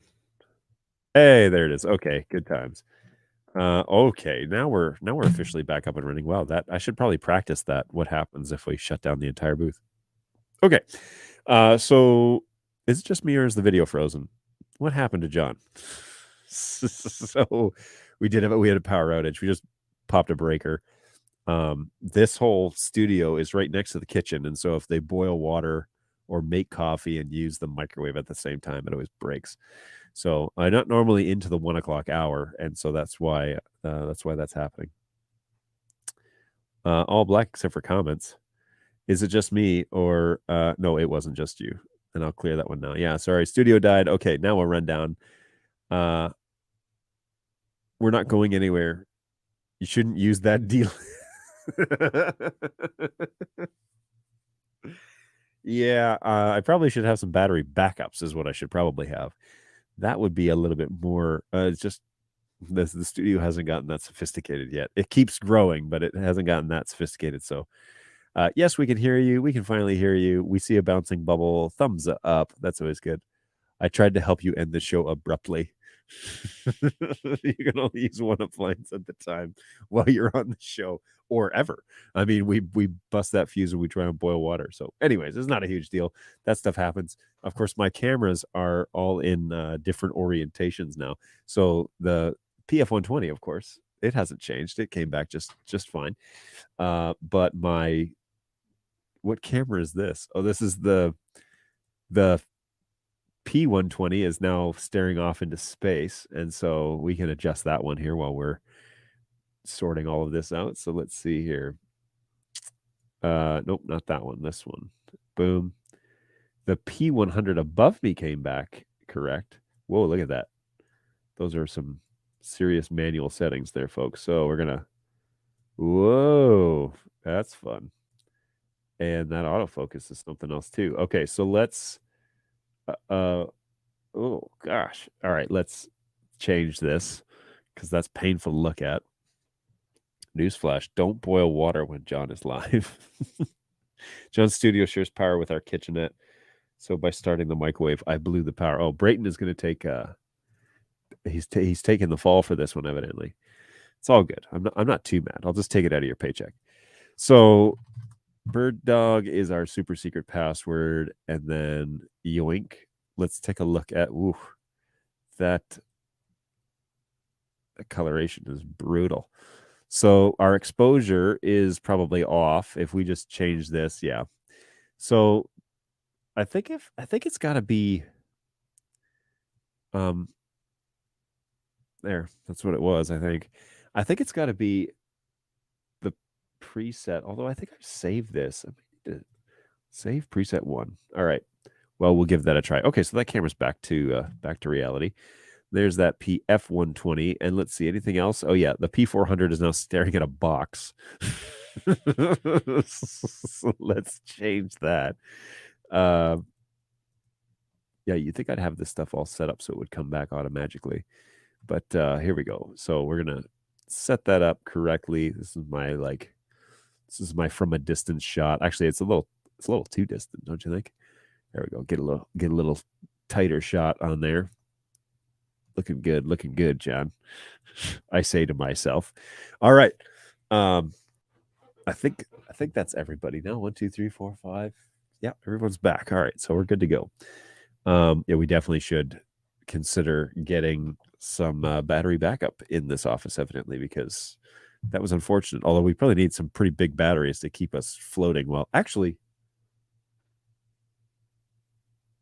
I'll have to think about that, actually. That may not be a bad idea. Newsflash, don't boil water while John's live. Close and personal. Yeah, we could really get that thing dialed in real close if we wanted to. But anyways, I'll save that for another show because it's 1:15 in the afternoon, people.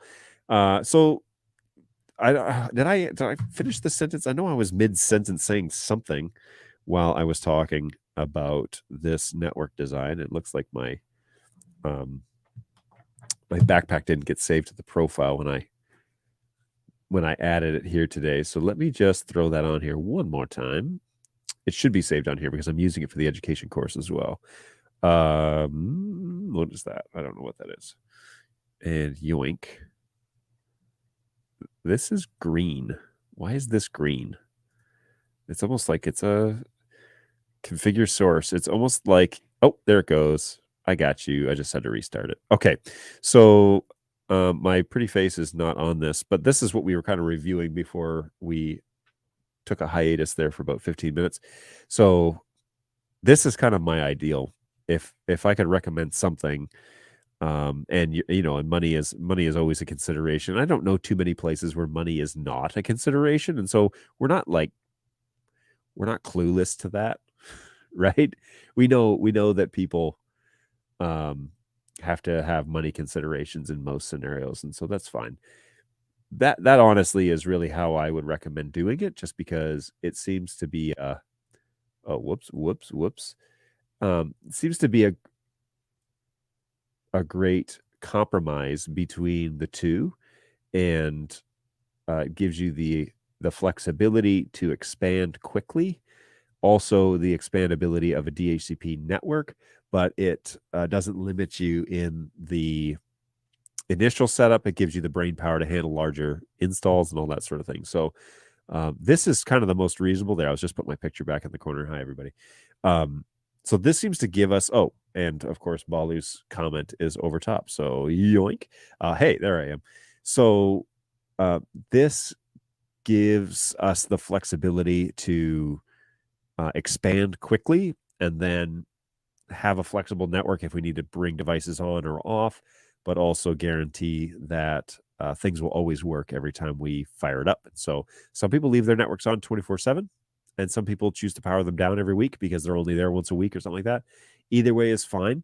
I have found that the 4250 is great. If you set it up in this configuration, is generally really good with powering it off each week and powering it back on. You don't lose any of your settings. It saves them, remembers them, especially with DHCP reservation lists. That all works really well too. So it's a great little run and gun or shut it down for the week and come back next week type of scenario. And it gives some consistency for the end user who is primarily, looking to train volunteers and people that are not networking people. This is a great way to do that. So I like this.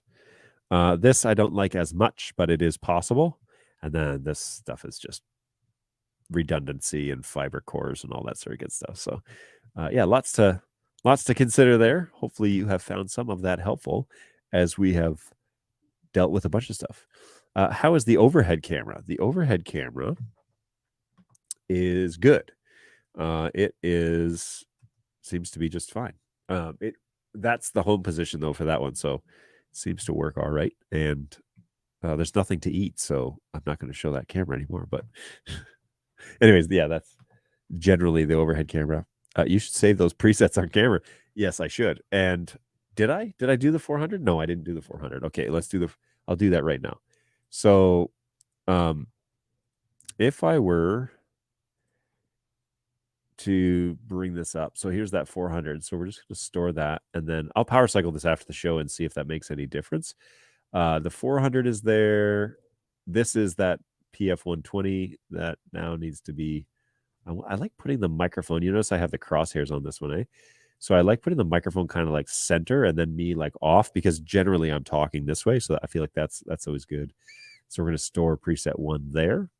That might be preset memory off though. I'm not too sure. So we'll figure that out. PF120 came back, 100 came back, 200 came back, and the 400 we just saved. Okay, so I think that's everybody. So there is that, and we will see what happens. This is really strange because the screen that I'm using has like a weird ratio, and it's 1080p, but it squishes it a little bit. It's really annoying. And so I'm thinner on that screen just slightly than I am everywhere else. And so I'm like, that's not what I look like. And I like go to adjust things, and then it looks different on other screens. It's really throwing me off. But anyways, I want to use that screen because it has no other function. So that is why I have that one on there.